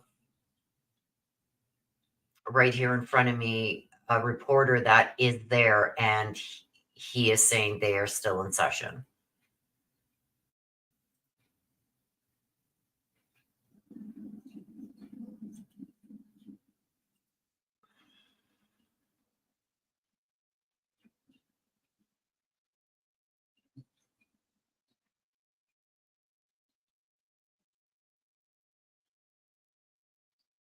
So apparently one of the alternate jurors, and this is from somebody who's there, okay? One of the alternate jurors is wearing a pink dress today. And we know all the Karen Reed supporters that are outside the courthouse are all wearing pink. This alternate juror is also one that was seen crying during this case.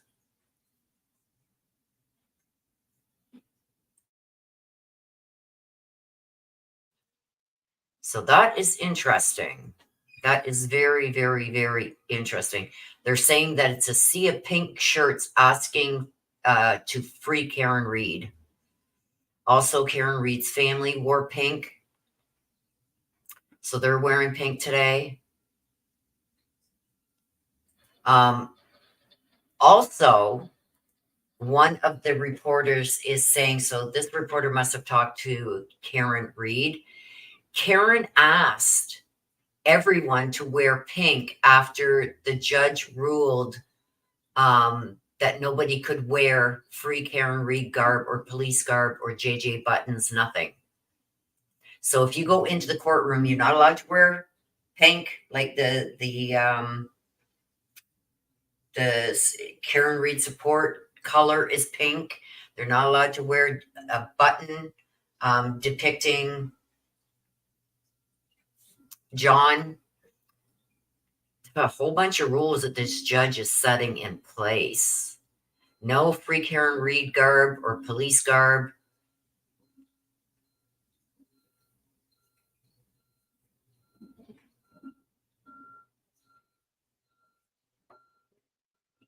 Wow. So one of the alternate jurors is wearing a pink dress.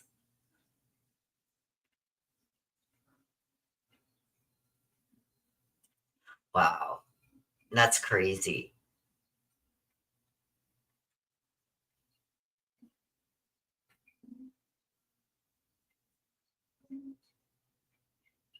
So they are anticipating a 3-month trial with Brian Kohberger. That is going to be a long one. But I'll be covering it.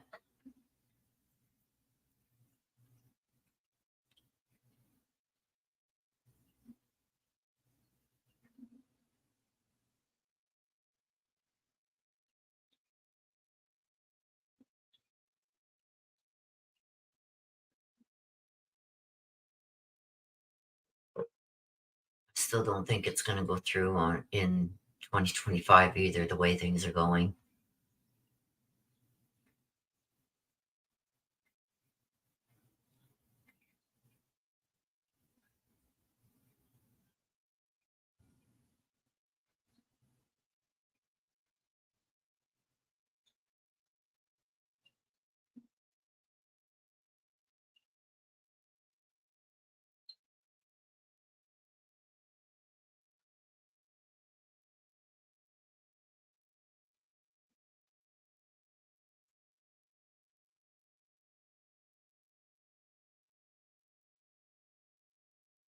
Oh, wow.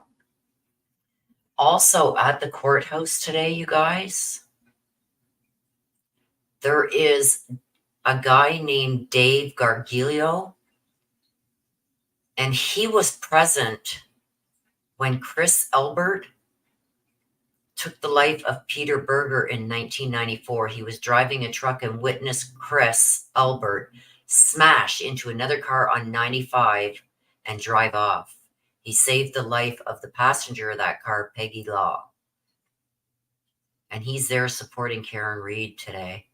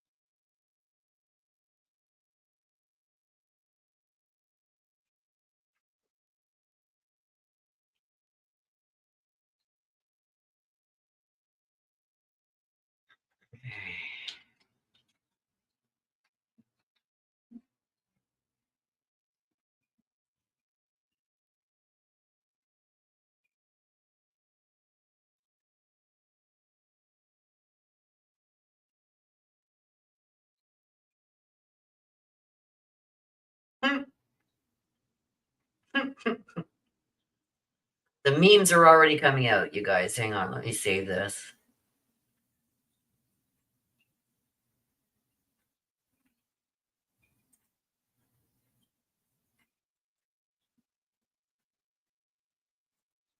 And I'll show you guys it.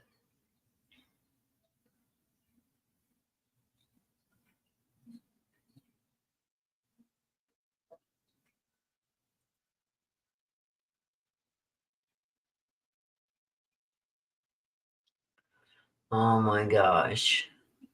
You guys want to see this?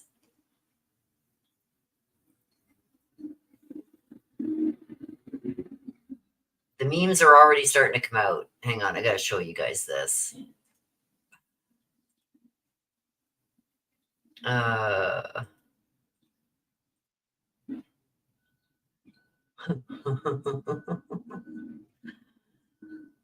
Vera May, they weren't allowed to come to bring the court back in session between 1 and 2. So I thought by like 2:15, 2:30 that they would have came back with a verdict, but they're not.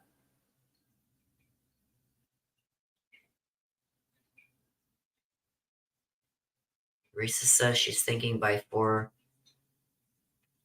p.m. So look at the meme that's up on the screen. The memes are already starting. And look at how it's spelt. The same way as Jen McCabe searched for how long to die in the cold. Hoss long till I have to stop looking at this. Oh my gosh. Okay, let me get the courtroom thing back up.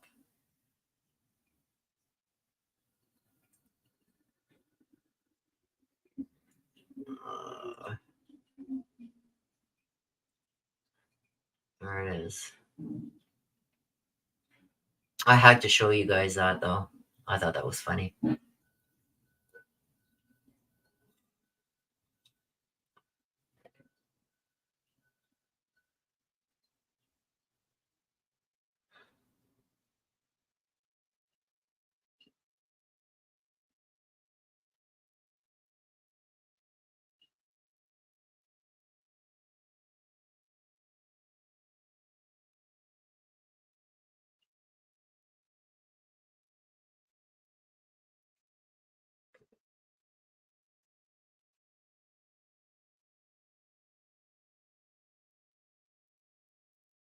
Oh my gosh. Here's another one, you guys. I'll wait till you see this. Oh.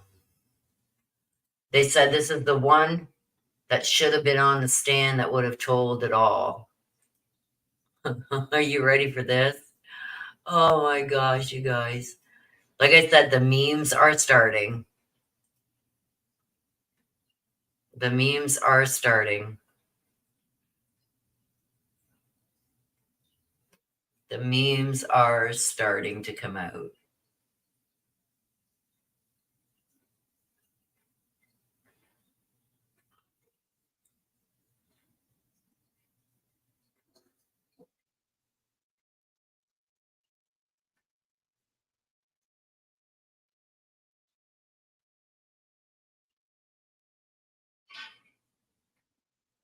I'm looking for more. That one is funny, eh? And Jersey said that one's funny. It is. They've got more. They've got what everybody's cell phone is looking like today, and all it shows is the ceiling with the fan going. But I thought that one was hilarious. Let me see if I can find some more.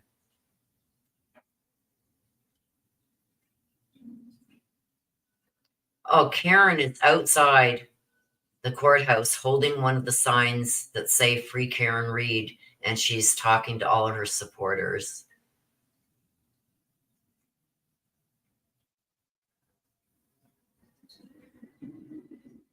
And she held up a sign because there's a little boy.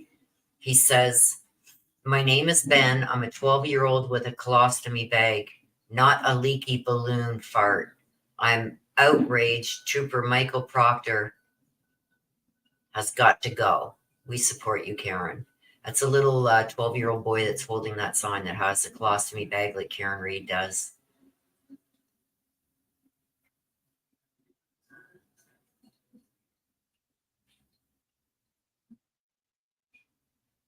So here is a little bit of info, you guys, in some really high-profile cases and how long it took them to come back.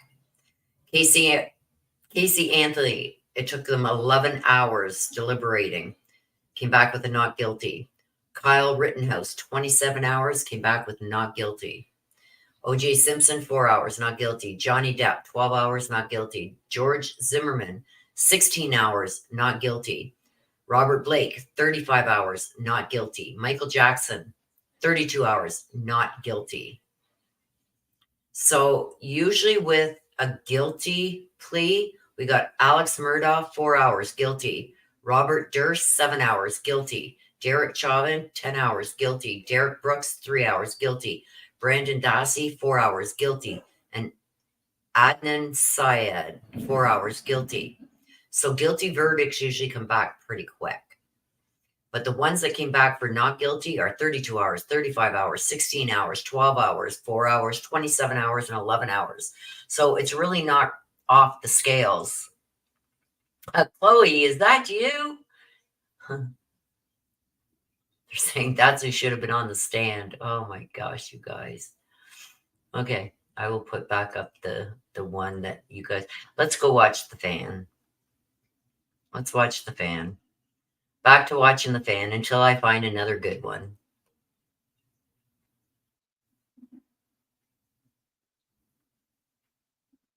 All Karen Reed supporters outside are chanting, Michael Proctor's got to go. Michael Proctor's got to go.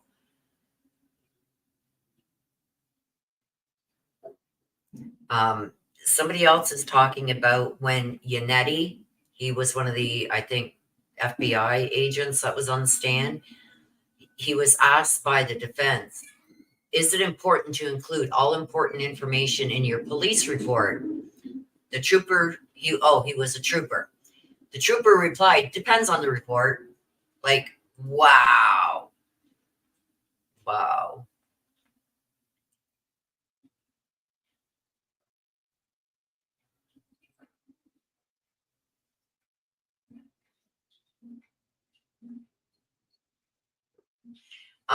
All the Alberts are at the Veterans of Foreign Wars. I don't know if that's a meme or not, but they're all hanging out together waiting for... Oh my gosh. Okay, you guys got to see this one too. Let me get it up on the screen here. You guys ready for another one?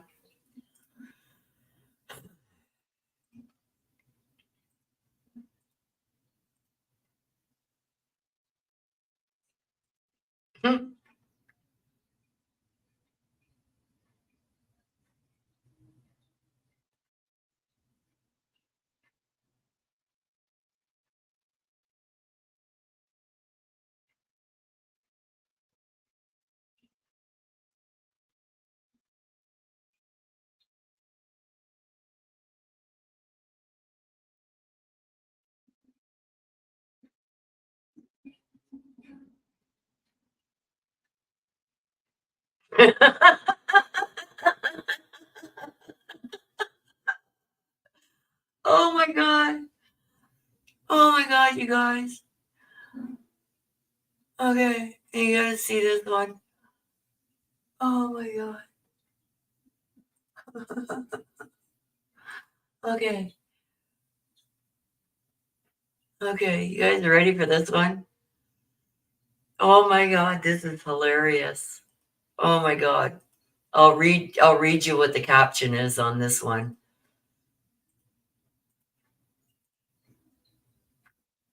Okay, the caption is, the jury has a question. They asked for pictures of the scene the morning of 1/29/2022. I've just had the officer bring this exhibit back out. This is exhibit number 227 for your records. Oh.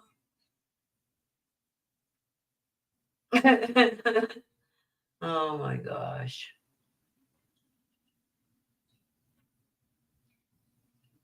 Right? There's the shoe. There's Chloe. There's the cell phones that all went missing. There's the jackass. That would be Proctor.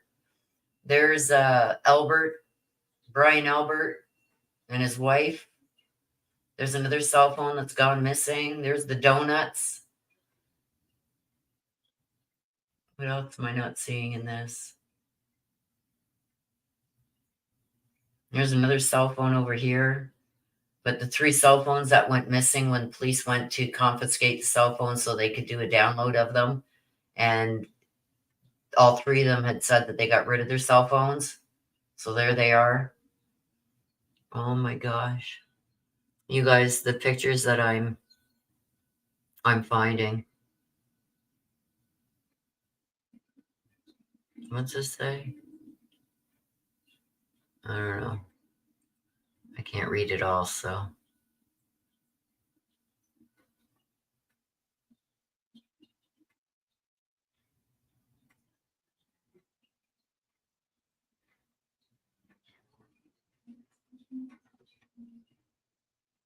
Oh, the judge. They got a picture of the judge coming back, and this is a real video. I can't show it because I'll get a strike.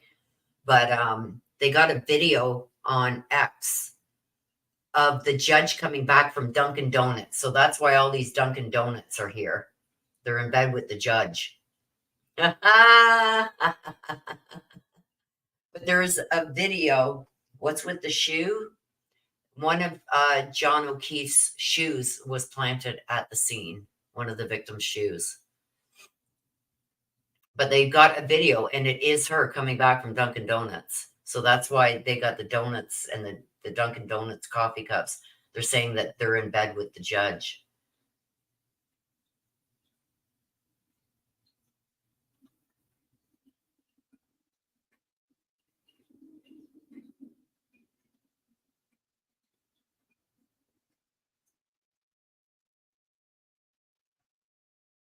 I guess Turtle Boy is at the courthouse and raising quite a stir.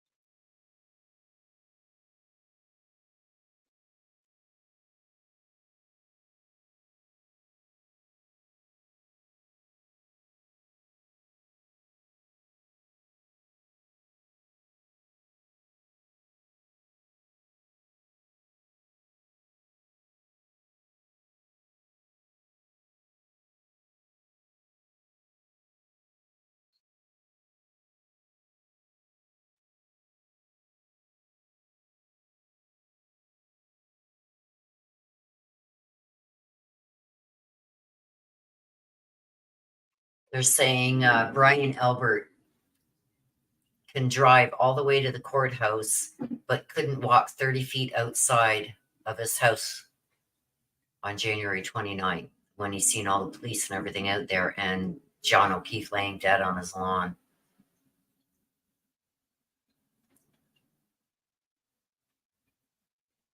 So all the Alberts are hanging out at this veterans club, and they were heavily protected by Mass State Police and the Dedham PD, Canton Police, all gave them protection. They were heavily protected.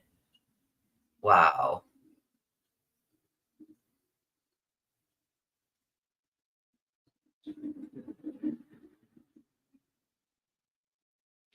Yeah, and Brian Albert and Jen McCabe didn't even go to John's funeral, but they show up to closing arguments.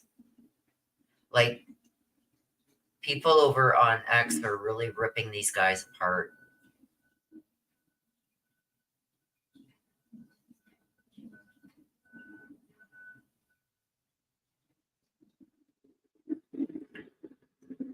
There's people even dressed up as the judge, mocking the judge. Wow.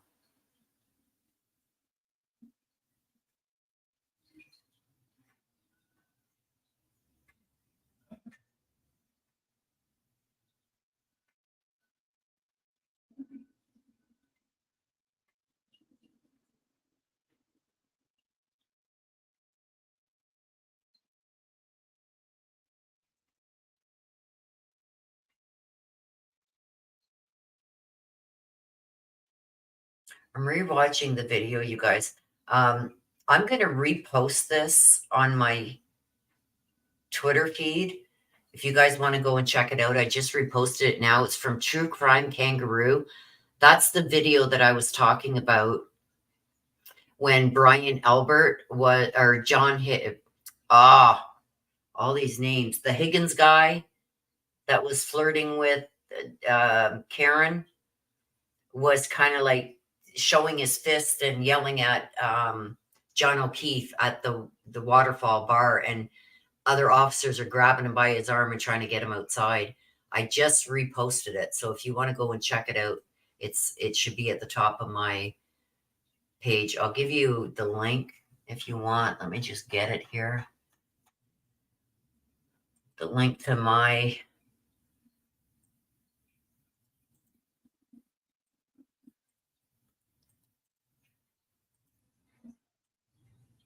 there you go. That's me over on X, on formerly Twitter. I just reposted it. If you want to go over and check it out, you can click that link. But that's the video that I was talking about where Higgins was, I believe, threatening John Okeefe. And there's other officers trying to get him out of the door, grabbing him by his arm and everything. And then he reaches out his arm and he puts up his fist and then points at John, like, come on outside, and puts up his fist. And they finally get him out of the bar. And he was at the Alberts that night that this all happened, when John showed up at that house. And apparently Higgins, that guy that was like in a threatening, showing his fists and calling John outside, that's, like I said, that's the same one that was texting with Karen Reed. He also texted John Okeefe and said, hey, come on over, buddy, to the Alberts. He was at the Alberts. So that's who I think got into it with John Okeefe that night. Nana says it's been 15 hours and 57 minutes deliberation. And it is 3:30, you guys. I don't know how long they're going to go tonight, but generally they stop at 4. So I'm going to go and make a coffee quick just in case they do happen to come back or whatever. So give me a few minutes and I'll be back. But I do think they'll be wrapping this up probably around 4, which is in about half an hour. I'll be right back. Pura May. That's funny. Okay, I'll be right back.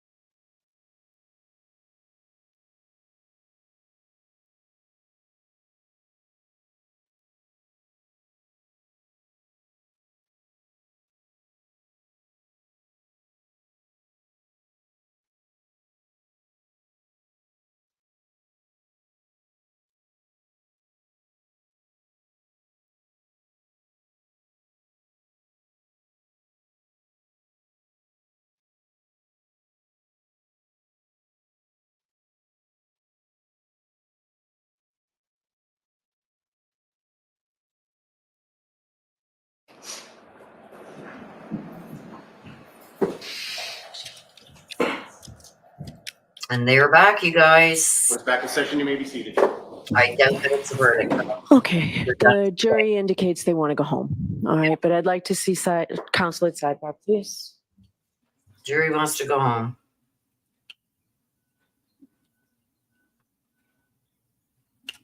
They're done for the day. They want to go home. So we will be back here again tomorrow morning, you guys.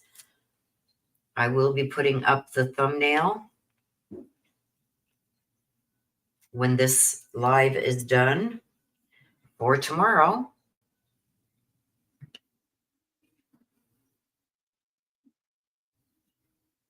I'm actually shocked that it's taking them this long. I thought for sure today they would have came back with a verdict. So I'm actually kind of shocked.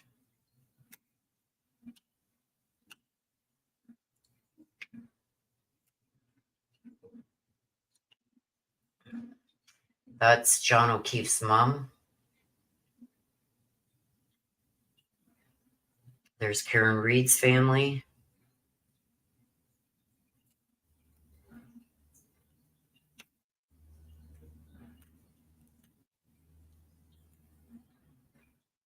It looks like it's taking its toll on them too.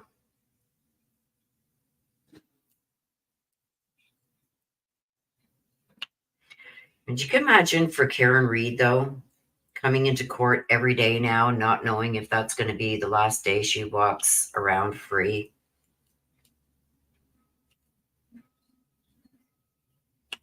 Not knowing if you're going home that day or if you're going to jail.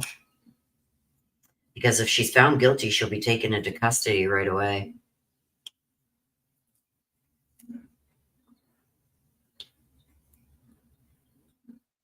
I'd catch a stroke. You know what I mean? I wouldn't be able to do that.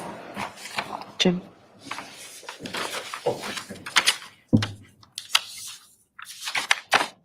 This is what happens when the jury stops deliberating. Just for those who, you know, are falling for the lies and the trolls and everything on the internet. This is what happens. They have to reconvene. Okay, I'm going to mute so you don't get feedback. Yeah, I'll talk.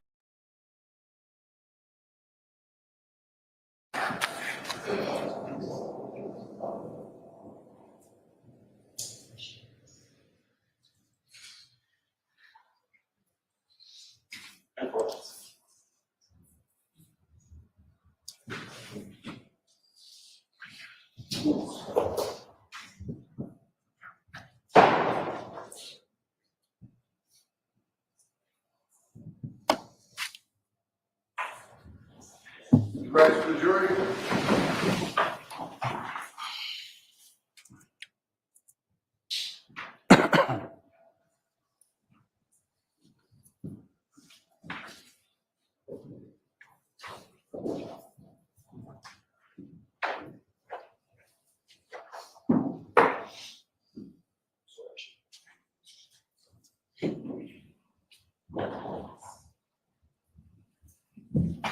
Jimmy? For the judge, we be seated. Hey, jurors. We all appreciate how hard you've been working, and I understand you'd like to stop the day, so we will certainly do that. We appreciate everything you're doing. I do have to give you those same precautions. Please do not discuss this case with anyone. Don't do any independent research or investigation into this case. If you happen to see, hear, or read anything about this case, please disregard it and let us know. Clear your heads. We'll see you tomorrow. Good. All rise. Hurry up.